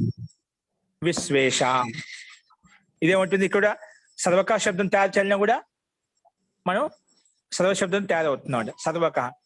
సర్వకహ అంటే సబ్ బేచారే, సబ్ బోలే బాలే లోగ్ హై అంటుంటాం. దాని తెలుగులో ఏమంటాం అంటే అందరూ అమాయకులు, అందరూ అమాయకుడు అనే అర్థంలో. అయ్యో పాపం అంత అమాయకులు అంటుంటాం కదా, అలాంటి అర్థంలో సర్వకహ అంటాం అతన్ని. ఓకేనా? ఏమంటాం? సర్వకహ. ఓకే, సర్వకహ మన లక్ష్యం. ఇప్పుడు సర్వకహ తయారు చేయాలంటే సర్వశబ్దం తీసుకోండి. మూల శబ్దం అంటే సర్వశబ్దం.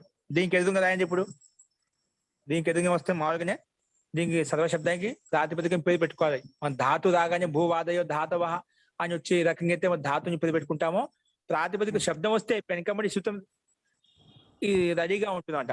అర్థవద ధాతుద ప్రత్యయ ప్రాతిపదికం సర్వశబ్దస్య ప్రాతిపదిక సంజ్ఞా భవతి. ధాతు అయితే ధాతు అయం చి ధాతు ధాతు సంజయ చి ఇత్యేసి ధాతు సంజయ భవతి. అలా ఎలాగైతే పెడతామో ఇలాగా శబ్దానికి అర్థవద ధాతుల ప్రత్యయ ప్రాతిపదికం అనే సూత్రం వచ్చేసి సర్వశబ్దానికి ప్రాతిపదికం అని పేరు పెట్టేస్తుంది. ఓకేనా? ఓకే, రాసుకుని అర్థవద ధాతు ప్రత్యయ ప్రాతిపదికం అనిన ప్రాతిపదిక సంజ్ఞ. తర్వాత ప్రాతిపదికం పేరు పెట్టుకొని ఎలా వస్తుంది? పూర్వత్ జ్ఞా ప్రాతిపదికాత్, జ్ఞా ప్రాతిపదికాత్, జ్ఞా ప్రాతిపదికాత్.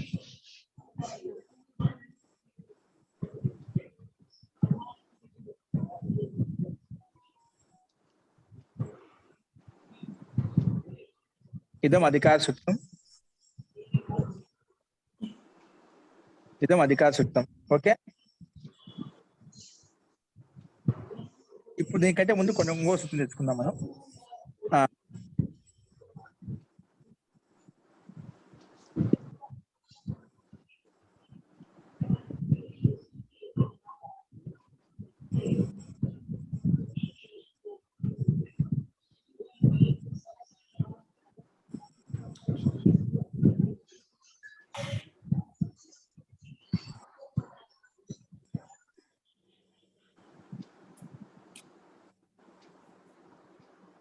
ఒకసారి అవ్యయ సర్వనామక ప్రాక్టే ఓపెన్ చేసి చెప్తా. 5371 5371 అవ్యయ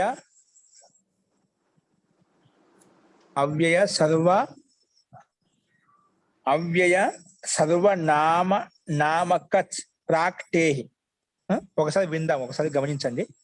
అవ్యయ సర్వనామక ప్రాక్టే, ఇది సూత్రం అండి. ఇక్కడ మా స్క్రీన్ మీద కనిపిస్తుంది చూడండి, ప్రాక్టే.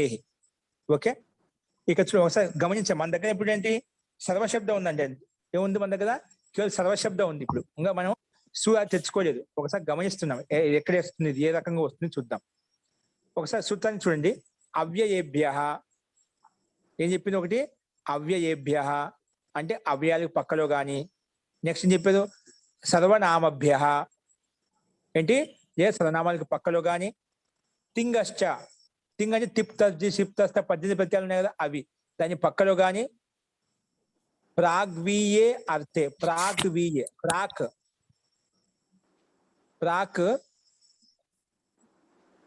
ప్రాగ్వీయే అర్థే అకచ్ ప్రత్యయో భవతి. ఏమంట? అకచ్ ప్రత్యయం వస్తుందంట. ప్రాగ్వీయే అర్థే అకచ్ ప్రత్యయ భవతి. ప్రాక్ ఇవార్థే, ప్రాగ్వీయ అర్థం ఇవా అర్థంలో, ఇవా అంటే సమానార్థంలో, తుల్యత అర్థంలో. ఏ అర్థంలో? తుల్యత సమానత అర్థంలో ఏమొస్తుందంట? అకచ్ ప్రత్యయో భవతి. కానీ ఎక్కడ వస్తుంది అకచ్ ప్రత్యయం? సాచ తేహి ప్రాక్ భవతి. టీ భాగానికి ముందు వస్తుందంట. ఏమొస్తుందంట? టీ సాచ ఆ ప్రత్యయం. ఏ ప్రత్యయం? అకచ్ ప్రత్యయం. అకచ్ ప్రత్యయము తేహి ప్రాక్ భవతి, టీ భాగానికి ముందు వస్తుంది. అకచ్ ప్రత్యయం అనేది టీ భాగానికి ముందు వస్తుంది. టీ అంటే ఏమిటి? అచోంత్యాది టీ. అచ్చులలో ఏదైతే అంతిమ అచ్చు ఉందో దాన్ని టీ అంటాం. ఓకేనా? అంతిమ అచ్చు అయితే దాన్ని టీ అంటాం. చూద్దాం ఇదేమంటుంది? అవ్యయానికి పక్కలో కానీ, సర్వనామవాచి ప్రాతిపదికాలకు పక్కలో కానీ, తింగంతాలకు పక్కలో కానీ, యువార్థంలో సమానార్థంలో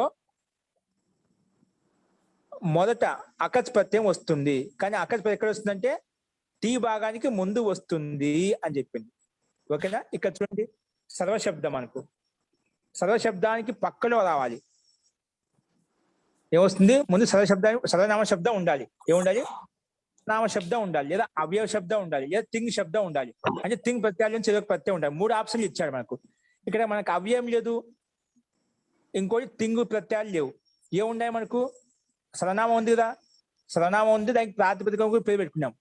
అంటే సర్వనామ ప్రాతిపదికం ఉంది, అందుకే సర్వనామ వాచి ప్రాతిపదికం కాబట్టి దాని పక్కన అకచ్ ప్రత్యయం వస్తుంది అని చెప్పాడు. ఏం చెప్పాడు? మొట్టమొదటిగా అకచ్ ప్రత్యయో భవతి, అకచ్ ప్రత్యయో భవతి అని చెప్పి సాచ ఆ అకచ్ ప్రత్యయం వస్తుంది. కానీ ఆ ప్రత్యయం ఎక్కడ వస్తుంది? టీ భాగస్య ప్రాక్ భవతి, టీ భాగానికి ముందు వస్తుంది అని చెప్పినాడు. అది చెప్పేటప్పుడు ముందే చెప్పింది అకచ్ ప్రత్యయం వస్తుంది. కానీ అకచ్ ప్రత్యయం ఎక్కడ తెచ్చుకుంటామంటే ఆ సర్వనామానికి అంతిమ అచ్చుకు ముందు తెచ్చుకో అని చెప్పింది. టీ భాగానికి ముందు తెచ్చుకో అని చెప్పింది. ఇప్పుడు టీ అంటే ఏమిటి అన్నప్పుడు అచోంత్యాది, అచ్చులో అంతిమ అచ్చుకి ముందు వస్తుంది. అచ్చులో అంతిమ అచ్చు ఏంటి? ఆ. ఇప్పుడు సర్వశబ్దంలో అంతిమ అచ్చు ఏంటండి? సర్వలో ఉండే ఆదే కదా. అచ్చుల్లో 2 అచ్చులు ఉన్నాయి. సర్వలో ఒక అకారం ఉంది, వకారంలో ఒక ఆ ఉంది. సర్వ అంటే 2 అచ్చులు ఉన్నాయి. ఇక్కడ అంతిమచ్చ ఏంటి? వకారం నుండి ఆకారం, అది అంతిమచ్చ అన్నమాట. అచ్చుల్లో అంతిమచ్చు తస్య టీ సంజ్ఞ దానికి టీ అని పెట్టాం. ఆ టీకి ముందు వస్తుంది ప్రాక్ టే అంటే టీ భాగానికి ముందు. అంటే సర్వలో ఉండే ఆకారాన్ని పక్కకు తీసి దానికి ముందు పెట్టాలి. దానికి ముందే వస్తుంది అకచ్ ప్రత్యయం వస్తుంది. ఓకేనా? ఇది ఈ సూత్రం అంటుందండి. ఇప్పుడు రాసుకోండి ముందుగా. దానికంటే ముందు ఇది ఇలాగే ఉంచండి. మన ఊరికి ప్రాతిపదిక పేరు పెట్టుకున్నాము. యా ప్రాతిపదిక ఇదం అధికార సూత్రం. ఇప్పుడు సూ తెచ్చుకోము. సూ తెచ్చుకోవడానికి ముందే మనం ఈ పని చేసేసుకున్నాం. ఓకేనా? ప్రాతిపదిక సంఖ్యాన్ని పేరు పెట్టాము. ప్రాతిపదిక పేరు పెట్టిన తర్వాత నెక్స్ట్ సర్వాదీని సర్వనామాని రాయండి. సర్వాదీని సర్వనామాని. ప్రాతిపదిక పేరు పెట్టుకోగానే ముందు సర్వనామ సంఖ్య పేరు పెట్టుకుంటాం. సర్వాదీని సర్వనామాని అనేన సర్వశబ్దస్య సర్వనామ సంజ్ఞా భవతి. సర్వశబ్దస్య సర్వనామ సంజ్ఞా భవతి. సర్వశబ్దస్య కిం భవతి? సర్వనామ సంజ్ఞా భవతి. ఓకే. ఇప్పుడు సర్వశబ్దానికి సర్వనామాన్ని పేరు పెట్టినాం. ముందు ప్రాతిపదికం పేరు పెట్టిన తర్వాత ఈ సూత్రం వచ్చి సర్వనామం. అది దానికి ప్రాతిపదిక, నువ్వు ఎవరికైతే ప్రాతిపదిక అని పేరు పెట్టావో దానికి నేను సర్వనామము అని పేరు పెట్టానని చెప్పి మళ్ళీ ఈ సూత్రం వచ్చి సర్వనామం పేరు పెట్టేసింది. ఓకేనా? అందుకే సర్వనామ ప్రాతిపదికం అయిపోయింది. ఏమైపోయింది? ఇది సర్వనామ ప్రాతిపదికం అయిపోయింది. అంటే సర్వనామాన్ని పేరు పెట్టినటువంటి ప్రాతిపదికం. ఓకేనా? అస్తు. సర్వనామాన్ని పేరు పెట్టి ఏం లాభం వచ్చింది? రాసుకో. సర్వనామ సంజ్ఞకత్వాత్. సర్వనామ సంజ్ఞకత్వాత్ అంటే సర్వనామ సంజ్ఞని పేరు పెట్టడం వలన, సర్వనామ సంజ్ఞకత్వాత్ అని కింద రాయండి. ఇప్పుడు ఈ సూత్రం రాయండి. అవ్యయ సర్వనామ నామకచ్ ప్రాకటే. ఇది రాయండి. అవ్యయ సర్వనామ నామకచ్ ప్రాకటే. అవ్యయ సర్వనామ నామకచ్ ప్రాకటే. అవ్యయ సర్వనామ నామకచ్ ప్రాకటే. ఓకే అండి. ఇప్పుడు దీని తాత్పర్యం రాసుకుని అనేన సూత్రేణ సర్వనామ్నః ఉత్తరస్య అనేన సూత్రేణ సర్వనామ్న ప్రాతిపదికాత్ అండి. సర్వనామ్న ప్రాతిపదిక. ఎందుకంటే ప్రాతిపదిక పేరు పెట్టుకున్నాము, సర్వనామం పేరు పెట్టుకున్నాము. ఓకేనా? సర్వనామ్నః ప్రాతిపదికాత్ ఉత్తరస్య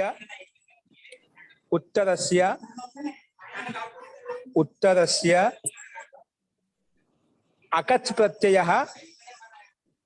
ప్రత్యయః భవతి. అకచ్ ప్రత్యయ భవతి. సర్వనామ్నః ప్రాతిపదికాత్ ఉత్తరస్య అకచ్ ప్రత్యయః భవతి.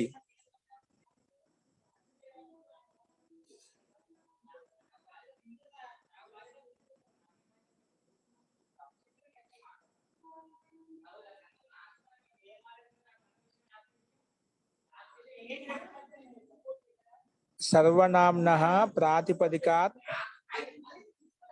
అకచ్ ప్రత్యయః భవతి. స చ టేః ప్రాక్ భవతి. స చ టేః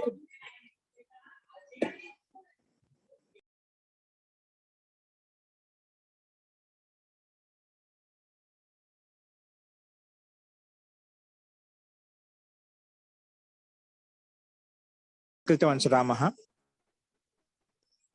जी. सर्वनाम्नः प्रातिपदिकात् अकच् प्रत्ययः भवति. स च टेः प्राक् भवति. అంటే ఈ భాగానికి ముందు వస్తుంది. ఇప్పుడు కింద రాయండి. ఎలా వస్తుంది మనం? సర్వ సర్వ సర్వ పుల్లు హలంతం పెట్టింది కింద చూడండి, మనకు పరిశిష్టంగా కనిపిస్తుంది. సర్వ హలంతము అకచ్చు మధ్య పెట్టండి. సర్వ హలంతము సర్వ్ హలంతం పెట్టి పక్కన అకచ్చు పెట్టి వేసుకోండి. టీ బాగంటే అకారానికి ముందు కూర్చోబెట్టుకోవాలి. సర్వ వా హలంతము అకచ్చు ప్లస్ ఆ సర్వ హలంతము వకార హలంతము అకచ్చు. ఇక సర్వలో ఉండే వకారం పక్క తీసేయండి, దానికంటే దాని ముందు కూర్చోబెట్టుకున్నాం. సర్వ అకచ్చు ఆ. ఓకే, అస్తు. ఇప్పుడు దీనికి అనుబంధ లోపం చేద్దామండి.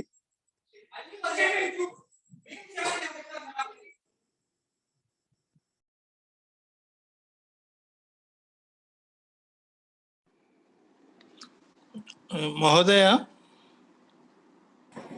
హరి ఓం జీ చెప్పండి. ఈ సూత్రానికి సుప్పు, తింగు, తద్దిత అనువృత్తిగా ఉన్నాయి మహోదయ. సుప్పుడు ఉంది, తద్దిత అనువృత్తి ఉంది. ఆ సుప్పు ఉంది, తింగు ఉంది, తద్దితం ఉంది.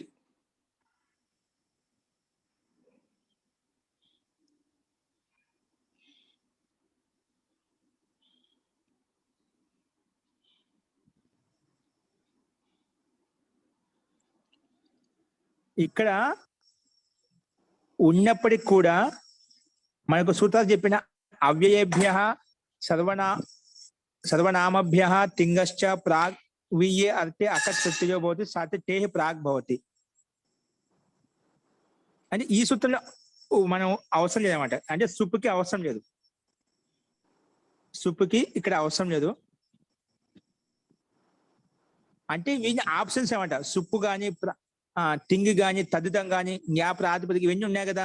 అందులో మనకి ఏ ఆప్షన్ తీసుకున్నాం? మనకు ప్రాతిపదిక ఉంది, జ్ఞా ప్రాతిపదిక ఉండి దానికి సర్వనామాన్ని పేరు పెట్టుకున్నారు, సర్వనామం కూడా ఉంది. కాబట్టి ఇక సుప్ అనేది పక్కన నిమిత్తంగా తీసుకోలేదు. ఓకేనా? అది వేరే చోట్ల వేరే సందర్భాల్లో మనకు వస్తుంది, అది గుర్తుపెట్టుకోండి. సరే మహోదయ, అలాగే. అస్తు. ఇప్పుడు సర్వ అకచ్ ఆ. ఇప్పుడు అకచ్కి అనుబంధ లోపం చేద్దామండి. అకచ్కి అనుబంధ లోపం చేస్తే చకారం వెళ్ళిపోతుంది, హలంత్యం. అకచ్ ఇచ్చేసి అనుబంధ లోపం రాయండి. అకచ్ ప్రత్యయం అది అకచ్ ప్రత్యయస్య అనుబంధ లోప. అకచ్ ప్రత్యయస్య అనుబంధ లోప. అకచ్ ప్రత్యయస్య అనుబంధ లోప. అనుబంధ లోపం ఎలా అవుతుంది ఒకసారి గమనించి. చకారానికి హలంత్యం అనే సూత్రం చేత ఇత్తని చెప్పి పెట్టుకుంటాము. మళ్ళీ అకచ్ లో ఉండే కకారం ఉండే అకారానికి కకారంలో ఉండే ఆకారానికి కూడా ఏమవుతుంది? ఉపదేశే అజనునాసిక ఇత్. చెప్పుకున్నదా? అచ్చులకైతే ఉపదేశే అజనునాసిక ఇత్ అనే సూత్రం చేత ఇత్తని చెప్పి పెట్టుకుంటాము. చకారానికి మాత్రం హలంత్యం అనే సూత్రం చేత. ఈ రకంగా ఉపదేశ అజనునాసిక ఇత్ తోటి అకారానికి చకారం తోటి హలంత్యం అనే సూత్రం చేత అంతిమ చకారానికి ఇత్తని పేరు పెట్టుకుని తస్లోప అదర్శన లోపం చేస్తే ఏం మిగులుతుంది? అక్క మిగులుతుంది. ఏం మిగులుతుంది? అకచ్ ప్రత్యయానికి ఏం మిగులుతుంది? అనుబంధ లోపం చేస్తే అక్క మిగులుతుంది అన్నమాట. ఓకేనా? అప్పుడు సర్వు వకారం ముందు నుంచి హలంతం ఉంది. సర్వు అక్ ప్లస్ ఆ ఎక్కడ చూసింది? వాళ్ళు ఉండే ఆ పక్క తీసాం కదా, అది. ఇప్పుడు ఒక అకచ్ ప్రత్యయంలో అక్క అనేది కొంచెం ఇది అకచ్ ప్రత్యయం వచ్చిన ఆకారం అనమాట. ఇప్పుడు కల్పన సర్వ అక్ ఆ కింద రాయండి, చూపించుకోండి, స్పష్టంగా ఉంటుంది. సర్వ వకార హలంతము అకచ్కి అనుబంధం లోపం చేస్తే ఏమి మనకు అక్ కకార హలంతము పక్కన ఆ. ఇప్పుడు కింద కలిపి రాయండి కావాలంటే. అంటే మనకు తెలిసింది వకార హలంతంలో అకచ్క ఆ కలిసింది, ఇక కకార హలంతం ఉంది. ఆ కకార హలంతానికి మళ్ళీ పక్కన మనం తీసాం కదా ఆకారం, ఆ ఆకారం కాల కలుస్తుంది. అప్పుడు సర్వక అయిపోయింది. ఓకేనా? మొత్తం కలిపి సర్వక అయిపోయిందా? అయిందండి. అయింది మహోదయ. సర్వక. ఇప్పుడు మనం దీనికి ప్రాతిపదిక ఎలా ఉంది, దాని జ్ఞాప ప్రాతిపదిక అని చెప్పి అధికార ఎట్లా పేరు పెట్టుకున్నాం. మళ్ళీ అధికారంలోకి వెళ్ళి పూర్వవత్ సు ఆది ఉత్పత్తి కృత్వ ప్రథమ విభక్తి ఏకవచనే సుప్రత్యయః భవతి. రాయండి. పునః పునః పూర్వవత్ పునః పూర్వవత్ పునః పూర్వవత్ ప్రథమ విభక్తి ఏకవచనే పూర్వవత్ ప్రథమ విభక్తి ఏకవచనే పునః ప్రథమ విభక్తి ఏకవచనే సుప్రత్యయః కృత్వా.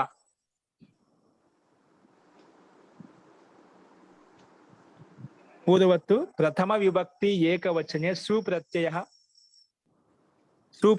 కృత్వా. చేయండి. పూర్వవత్తు ప్రథమ విభక్తి ఏకవచన సుప్రత్యయః కృత్వా. సర్వక సు. అప్పుడు సర్వక సు వచ్చింది. సర్వక సు. ఇప్పుడు మళ్ళీ దానికి విధంగా పూర్వవత్తు సు ఇత్యస్య విసర్గః భవతి. విసర్గః అంటే మనం ససజు సోరు కరవసాని విసర్జన ఇవన్నీ ప్రక్రియ మొత్తం ఎలా ఉందో మొత్తం అండి.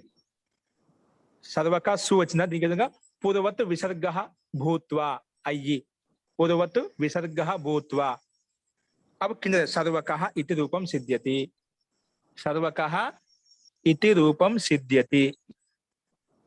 सर्वकः इति रूपं సిద్ధ్యతి. వచ్చేసిందండి. ముఖ్యంగా మనకి ఏంటి ఇక్కడ అవ్యయ సర్వనామనామకచ్ ప్రాక్టేహి అనే సూత్రం వచ్చేసి ఆ సర్వ అనే ప్రాతిపదికానికి అకచ్ తీసుకొచ్చాం. అకచ్ ఎక్కడ తీసుకొచ్చామంటే టీ భాగానికి ముందు తీసుకొచ్చాం, అంటే అంతిమ అక్షరానికి ముందు తీసుకొచ్చాం. దాన్ని టీ అంట కదా. టీ అంటే అచ్చుల్లో అంతిమచ్ ఏదైతే ఉందో దాన్ని టీ అన్నాము. అంతిమచ్ ఆకారంగా దానికంటే ముందు కూర్చోబెట్టుకున్నాము. కూర్చోబెట్టుకున్నాక అనుబంధం లోపం చేస్తే మొత్తం కలిపేసి సర్వక అనే రూపం తయారైంది.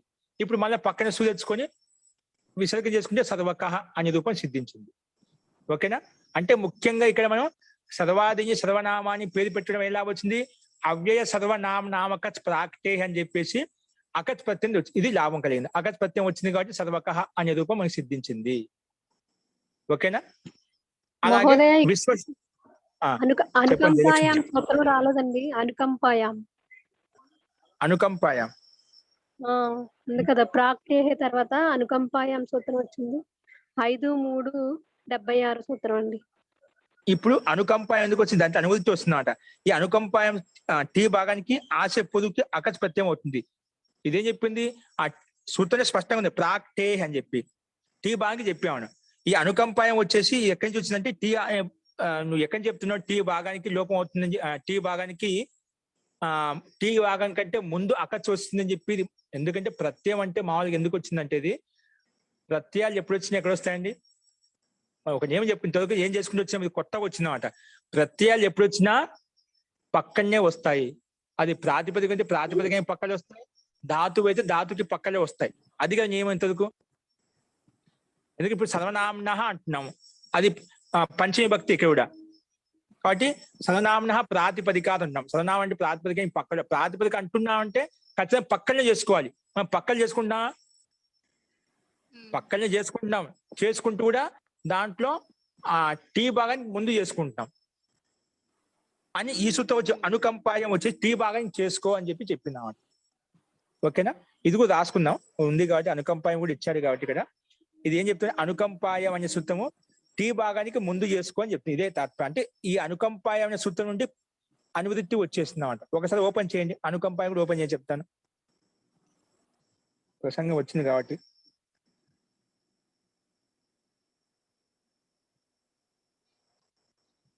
ఎన్నో పేజ్ అండి? 5వ అధ్యాయం 3వ పాదం 76. 5-3-76.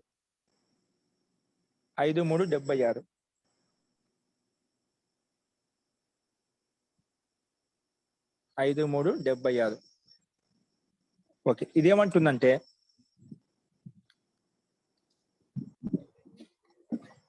పేజ్ నెంబర్ ఎంత? 369. 369.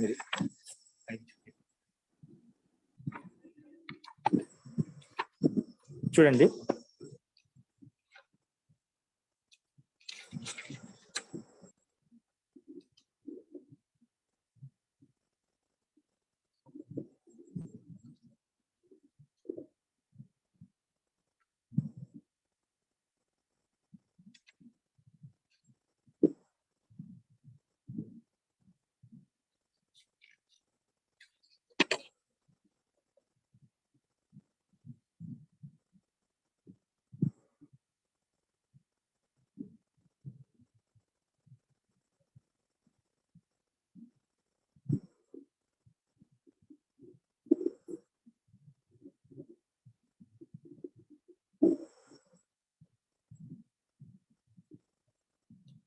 ఇప్పుడు మనకు సర్వక అంటే అర్థం ఏం చెప్పామండి? సర్వక అంటే అర్థం చెప్పాం, అయ్యో పాపం అని చెప్పి ఏదో చెప్పాను. ఇంకా నాకు ఇప్పుడు అమాయకుడు. అమాయకులు అంటుంటా కదా, అంటే కొంచెం ఏదో అయ్యో పాపం అని చెప్పి అమాయకులు అంత సక్రియంగా ఉండేవంట. అంటే బుద్ధి పరంగా అంతా ఏదో అమాయకుడు అంటే చాలా సున్నితంగా ఉంటారు, ఏం తెలియదు, ఏం అడగదు అన్నట్టుగా అన్నమాట. అమాయకం అంటే అంత ఇది కూడా కాదు, మళ్ళీ ఏం తెలియని వాళ్ళని కూడా కాదు. అమాయకంగా ఏదో అడిగితేనే చెప్తేనే చేస్తారన్నమాట, లేదా అడుగుతావు లేకపోతే ఏదో అడగదు అనమాట. అమాయకంగా ఉంటారన్నమాట, అంటే బోలే వాళ్ళగా ఉంటారన్నమాట. అంటే అటువంటి వాళ్ళని చూస్తే మనకి ఏం చేయాలని దయ కలుగుతుందన్నమాట. దయ అంటే ఒక ప్రేమ జాలి కలుగుతుంది, ఏదో చేయాలని ఇవ్వాలని. అటువంటి మన స్వాభావికంగా ప్రతి ఒక్కరికి అలా బోలేపన్ స్వభావం చూసి వాళ్ళ అమాయకత్వాన్ని చూసేసి వీళ్ళు మంచి వాళ్ళు అంటే వాళ్ళకు చెడు చేయాలనే కోరిక తాపత్రయం ఎటువంటి ఉండవు వీళ్ళలో. అమాయకుల్లో ఇతరులకు ద్రోహం చేయాలనే ఆలోచనలు ఉండవన్నమాట. మరి వాళ్ళు నష్టపోతుంది కానీ ఇతరులు నష్టపరుచు అన్నమాట. అంటే అలాంటి అమాయకులు, అంటే అలాంటి అమాయకులు చూడగా మనకి ఏం చేస్తుంది, ఒక ప్రీతి దయ జాలి కలుగుతాయన్నమాట. అంటే వాళ్ళకు మేలు చేయాలని అనిపిస్తుంది అన్నమాట. అలాంటి అర్థంలో ఇది అనుకంప. అనుకంటే దయాతోటి ప్రేమతోటి ఎవరికైనా ఉపకారం చేయాలని భావన కలుగుతుందో అలాంటి అనుకంప అర్థంలో మాత్రమే ఈ అకచ్ ప్రత్యయం టీ భాగానికి ముందు వస్తుంది అని చెప్పడం కోసం వచ్చింది. ఎందుకోసం వచ్చింది? అవ్యానికి పక్కలో కానీ సర్వనామానికి పక్కలో కానీ తింగంతికి పక్కన అకచ్ ప్రత్యయము ఎక్కడొస్తాయి? ఇవి కేవలము అనుకంప అర్థంలో మాత్రమే. అంటే దీన స్థితిలో అమాయకులు ఎవరైతే ఉన్నారో వాళ్లకు సహాయం చేసే అర్థంలో మాత్రమే ఈ అకచ్ ప్రత్యయం తెచ్చుకోవాలి.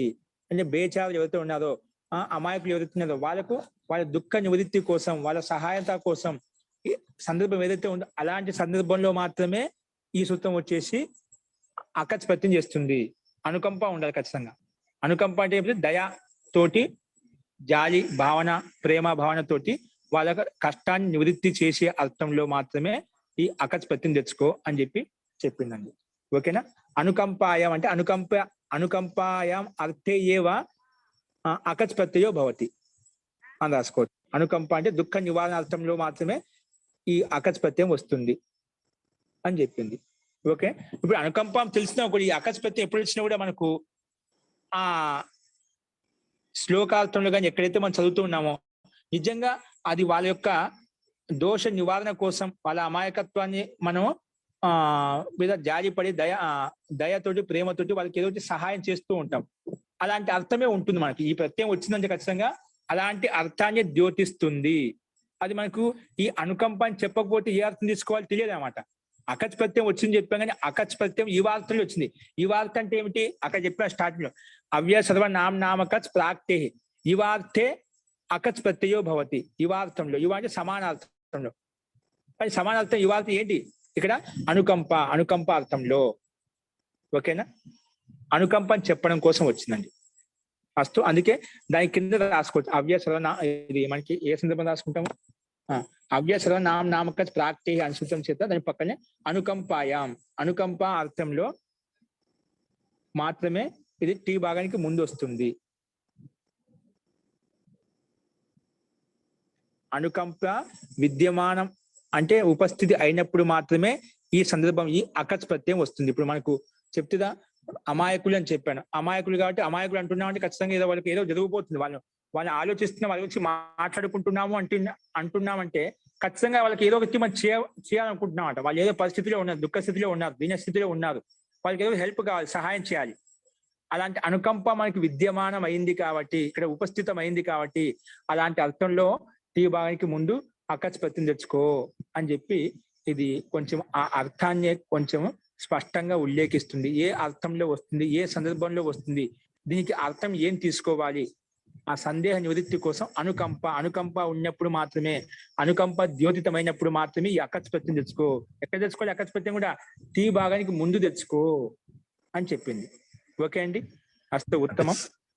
సింపతి చూపించేటప్పుడు అనుకంపం అంటే మనం అవతల వాడితోటి వైబ్రేట్ అవుతామండి.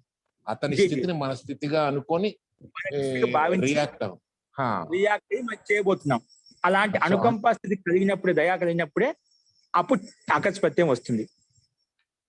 కనిపించిన చోట శబ్ద ఈ ప్రత్యయం ఉందని ఖచ్చితంగా అలాంటి అర్థమే ఉంటుంది ఖచ్చితంగా అక్కడ మనకు. అదే సిచ్యువేషన్ వస్తుంది. ఎక్కడ సింపతి అయితే మనం చూపిస్తామో లేదా అలాంటి అర్థం వస్తుందో అక్కడనే ఈ ప్రత్యయం అస్తు మహోదయ. అకచ్ ప్రత్యయం. అది అర్థాన్ని ద్యోతించింది. ఒక యువార్థం అంటే అర్థం యువార్థం ఎలా ఉంటుంది స్పష్టంగా అనుకంప అని చెప్పి చెప్పిందామండి. ఓకే, ఇది అనుకంప. అందుకే సూత్రార్థం ఇక్కడ ఇచ్చాడండి. హిందీ మీకు అర్థమైన దయా కలిగే కిసీకి ప్రతి ఉపకారం అంటే దుఃఖ నివారణకు అనుకంప కేతే హే అని, అంటే దుఃఖ నివారించడంలో దాన్ని అనుకంప అంటాం. అందుకే స్టార్టింగ్ ఏం చెప్పాడు, అనుకంప గమ్యమానుహో తో ప్రాతిపదికం చేత లేదా తింగంతం చేత యథావిహితం ప్రత్యయం అకస్ ప్రత్యయము ప్రాతిపదిక అంటే ముందు భాగంలో వచ్చేస్తుంది అని చెప్పి ఇక్కడ సూత్రార్థం చెప్పాడు అనమాట. ఓకే, అనుకంప విద్యమానం కావాలి, ఇలాంటి ఉపస్థితి కావాలి, ఇలాంటి సింపతి ఉపస్థితం అయితేనే మాత్రమే ఈ అకచ్ ప్రత్యయం యొక్క ఉపయోగం ఉంటుంది. అస్తు. ఈ వాక్యం సంస్కృతంలో వచ్చేరండి. ఏంటండి అనుకంపయాం అనేది అనుకంప విద్యమానం, అనుకంప గమ్యమానాయం రాయండి. అనుకంప గమ్యమానాయాం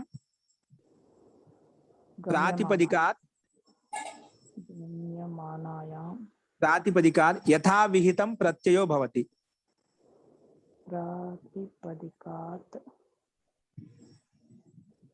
యథావిహితం ప్రత్యయో భవతి. पुनः एकवारं वदतु महोदय. अनुकंपा గమ్యమానాయాం మేము డైరెక్ట్ దీంట్లో ఉండాల్సిన రాపించలేదు. మనం ఏదైతే మనకు ఉపయోగపడిందో అదే రాపిస్తున్నామట. దాంట్లో అవ్యయం కూడా ఉంది, అవన్నీ ఉన్నాయి, అవన్నీ రాపించలేదు.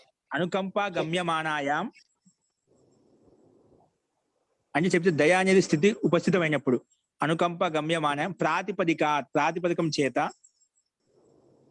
యథావిహితం ప్రత్యయో భవతి.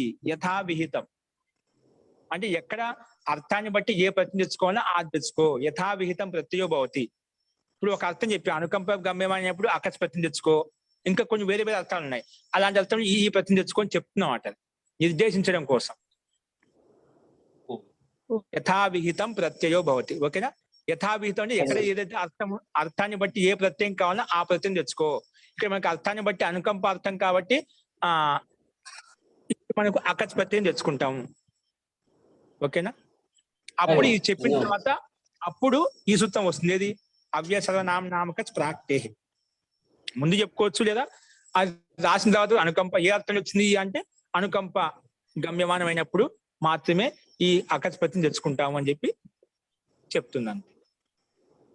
ఓకేనా, ఇది మీరు దానికంటే ముందు మొదట పెట్టుకోవచ్చు, తర్వాత పెట్టుకోవచ్చు, ఇబ్బంది లేదు. ఏం చెప్పింది, అనుకంపకి స్థితి మనకు విద్యమానం కావాలి, ఉపస్థితి కావాలి. అంటే దయ వారి పట్ల జాలి భావంతో వారికి ఏదో ఒకటి చేసే విధంగా వారికి సహాయం చేసే అర్థంలో మాత్రమే ఈ ప్రత్యయం మనకు కనిపిస్తుంది. అస్తువా, అర్థమైందండి? జీ, అర్థమైందండి. ఇక్కడ అకచ్ ప్రత్యయానికి తద్దిత సంజ్ఞ పెట్టుకోవాలా ఆచార్య? తద్దిత ప్రత్యయం అవసరం లేదు, దానివల్ల ఉపయోగం ఉండాలి కదా, మనకి ప్రయోజనం ఉంటే తెచ్చుకోవచ్చు. అంటే సుప్రత్యయం తెచ్చుకోవడానికి ప్రాతిపదిక సంజ్ఞ పెట్టుకుంటాం కదా ఆచార్య. అంటే అదే ప్రాతిపదిక సంజ్ఞ ఉంది కదా. ఇప్పుడు అంతకు ముందు తద్దిత ప్రత్యయం తేక ముందు కదా ఆచార్య అది పెట్టాం ప్రాతిపదిక సంజ్ఞ. తద్దిత సంజ్ఞ అకచ్ అనేది తద్దితం కదా, తద్దిత ప్రత్యయం ఇది కాబట్టి సూత్ర లగాకర్. ఇప్పుడు ఎందుకంటే అక్కడ ప్రాతిపదిక సంజ్ఞకి ఉత్తమం అండి. అక్కడ ప్రాతిపదిక సంజ్ఞ కేవలం సర్వశబ్దానికి మాత్రం పెట్టుకున్నాం. ఓకేనా, అకచ్ ప్రత్యయం కాబట్టి ఇక్కడ అతి ఉత్తమం. ఈ సూత్రానికి సర్వక శబ్దం తయారైన తర్వాత తద్దితాహ ఇదం అధికార సూత్రం, సారీ తదిత అన్య సూత్రేణ అకచ్ ప్రత్యయస్య తద్దిత సంజ్ఞా భవతి. అకచ్ ప్రత్యయానికి తద్దితం ఇప్పుడు పెట్టుకుంటాము. అకచ్ ప్రత్యయస్య తద్దిత సంజ్ఞా భవతి అని తర్వాత తద్దితం పేరు పెట్టుకుని ఎలా వస్తుంది, కృత్ తద్దిత సమాసాశ్చ అనే సూత్రం వచ్చేసి మన మొత్తానికి సర్వక అనే దానికి ప్రాతిపదికం పేరు పెట్టేస్తుంది. ఓకేనా, ఆచార్య అప్పుడు ప్రాతిపదికం వేసిన జ్ఞా ప్రాతిపదిక అధికారానికి వెళ్ళి ఓకేనా అప్పుడు సూ తెచ్చుకున్నాం, సూ తెచ్చుకొని చేసేసుకుంటాం. ఓకేనా, అతి ఉత్తమం. అర్థమైందండి అందరికి? ఇక్కడ మనకు అకచ్ అనేది ఏంటండి ఆకారం కూడా ఉంది కదా, అప్పుడు అవును కదా. ఏంటండి? అకచ్చు తర్వాత మళ్ళీ అకారం ఉంది కదండి. అకారం ఉన్నప్పుడు మరి ఇది తద్దిత ప్రత్యయంతం ఎలాగవుతుంది? సర్వక్కన ఆగిపోతే అప్పుడు తద్దిత ప్రత్యయంతం అవుద్ది. సర్వక తర్వాత మన అకారం ఉంది, సర్వక అని ఉంది కదా. అంటే అకాల అంతిమంలో ఉంది. ఎందుకంటే ఇప్పుడు మనకు రాదంటా ఉంటాం. ఎందుకంటే సర్వకాశం లేదో. నేను మీరు అకచ్చులో మనం చకారం తీసాం తర్వాత సర్వక్కని ఆగిపోయింటే అప్పుడు మీకు తద్దిత ప్రత్యాంతం అవుతుంది. ఈ సర్వక్ ప్లస్ అకారం ఒకటి ఉంది కదా ఇక్కడ. అది అంతిమం లేదు. అంతిమలో మనకు అడ్డం అవుతుంది. అంటే అంతిమంలో అకారం వచ్చింది. అది తద్దిత ప్రత్యయం అంతిమం లేదు. తద్దిత ప్రత్యాంతం అనలేము. తద్దిత ప్రత్యాంత ప్రాతిపదిక అనలేము మనం. ఎందుకంటే మాకు కృత్ తద్దిత సమాసాశ్చ అనే సూత్రం వచ్చేసి ఏమంటుంది? కృదంతస్య తద్దితాంతస్య ప్రాతిపదిక సంజ్ఞా భవతి. సో ఇక్కడ తద్దితాంతం అంటే ఇది మనకు పాయింట్ అండి. కాబట్టి అందుకే ఇక్కడ చూపించలేము. గట్టిగా ప్రాతిపదిక సంజ్ఞ ఉంది, అదే దాంతో తెచ్చుకున్నాము. కాబట్టి ఇది మధ్యలో మనకు అంతిమంలో రాలేదు. అంతిమంలో అకాలం వచ్చి కూర్చుంది. అకాలం వచ్చి కూర్చుంది కాబట్టి ఇక్కడ మనకు అవసరం లేదు. డైరెక్ట్ గా దాంతో తెచ్చేసుకోవచ్చు. సరే.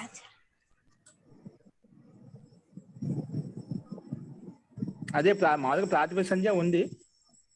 ఎందుకంటే ఆ ప్రాతిపదికంలోనే అంతర్గతంగా ఇవన్నీ పనులు జరిగాయి మనకు. సర్వ అనే ప్రాతిపదికానికి అంతర్గతంగానే అంతర్భాగంగా అకచ్చు వచ్చింది. ఇవన్నీ అన్ని పనులు జరిగాయి, అంతర్భాగం జరిగాయి అన్నమాట. కాబట్టి అదే ప్రాతిపదిక నిమిత్తం చేతనే అతి ఉత్తమం అండి. అంటే ఇంకా స్పష్టమైంది అందరికి కూడా. దాని అంతర్గతం జరిగేటి అదే దాన్ని నిమిత్తం చేసుకొని మనకు తెచ్చుకుంటాం, దానికి విసర్గం చేసేసుకుంటాం. ఈ రకంగా సర్వక అనే రూపం సిద్ధిస్తుంది. అతి ఉత్తమం. చాలా సక్రియంగా ఉన్నారు, సంతోషం అండి. అదేవిధంగా విశ్వక అనే శబ్దం కూడా మనకు దీని లెక్కనే తయారవుతుంది. ఓకేనా? ఇప్పుడు అనుకంప అది స్పష్టమైంది కదా. అనుకంప అనేది గమ్యమానమైనప్పుడు, విద్యమానమైనప్పుడు, గమ్యమానం అంటే విద్యమానం కావాలంటే అలాంటి సందర్భంలో సిచ్యువేషన్ లో మాత్రమే ఇది అకచ్ ప్రత్యయం తెచ్చుకుంటాము. ఓకే, ఈ రకంగా మనకు సర్వక అనే రూపం సిద్ధిస్తుంది. కల్పన గారు, పుత్రక అంటే ఏంటండి అర్థం ఇక్కడ? ఏంటంటే పుత్రక అనుకంపితలో ఇచ్చారు. పుత్రక, వత్సక, దుర్బలక అంటే పుత్రక. ఇప్పుడు అదే అర్థం వస్తుంది. పుత్రక ఇప్పుడు సర్వక ఈ విధంగా చెప్పడం అంటే అందరూ అమాయకులు. అక్కడ పుత్రక అంటే పుత్రుడు అమాయకుడు. అక్కడ దయ చూపిస్తున్నాం. వత్సక, ఈ వత్స ఈ బాలుడు, పిల్లవాడు అమాయకుడు, అమాయకత్వం దూరితం అవుతున్నాడు.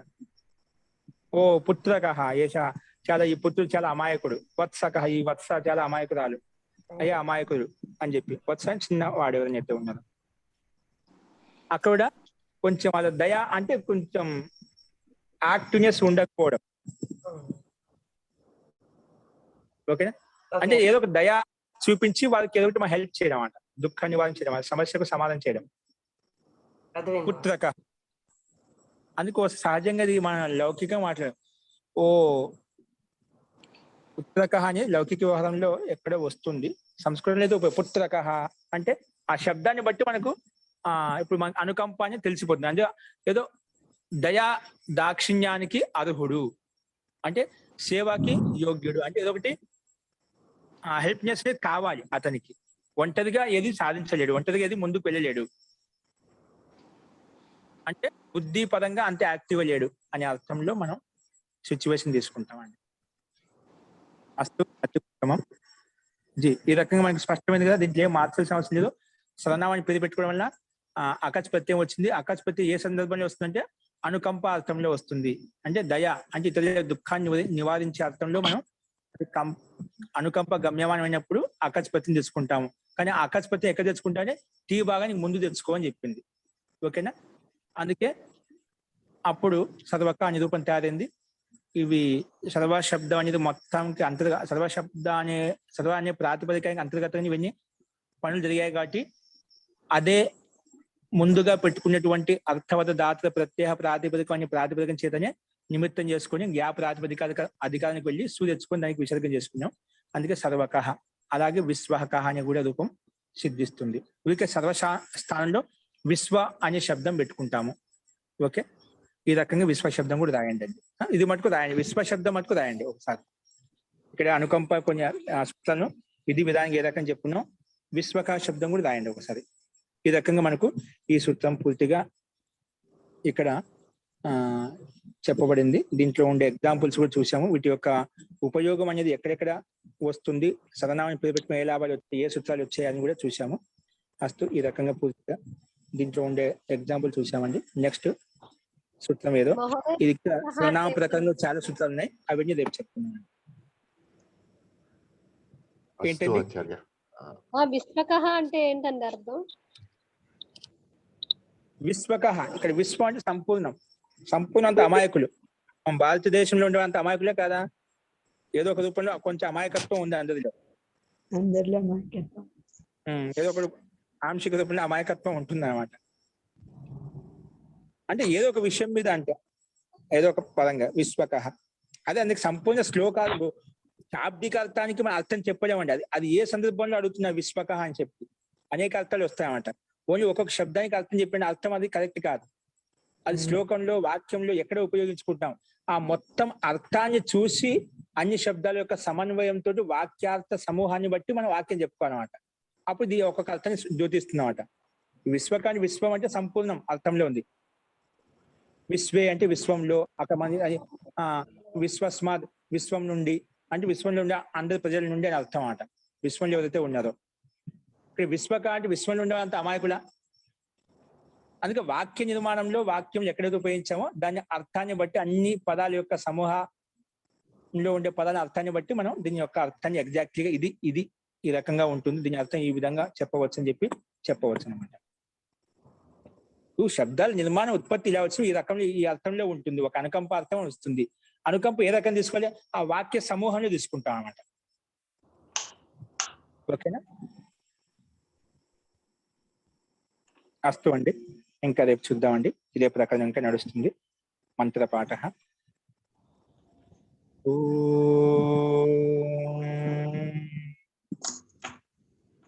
సర్వే భవంతు సుఖినః, సర్వే సంతు నిరామయాః, సర్వే భద్రాణి పశ్యంతు, మా కశ్చిత్ దుఃఖ భాగ్ భవేత్. శాంతి శాంతి శాంతి. సర్వేభ్యో నమః.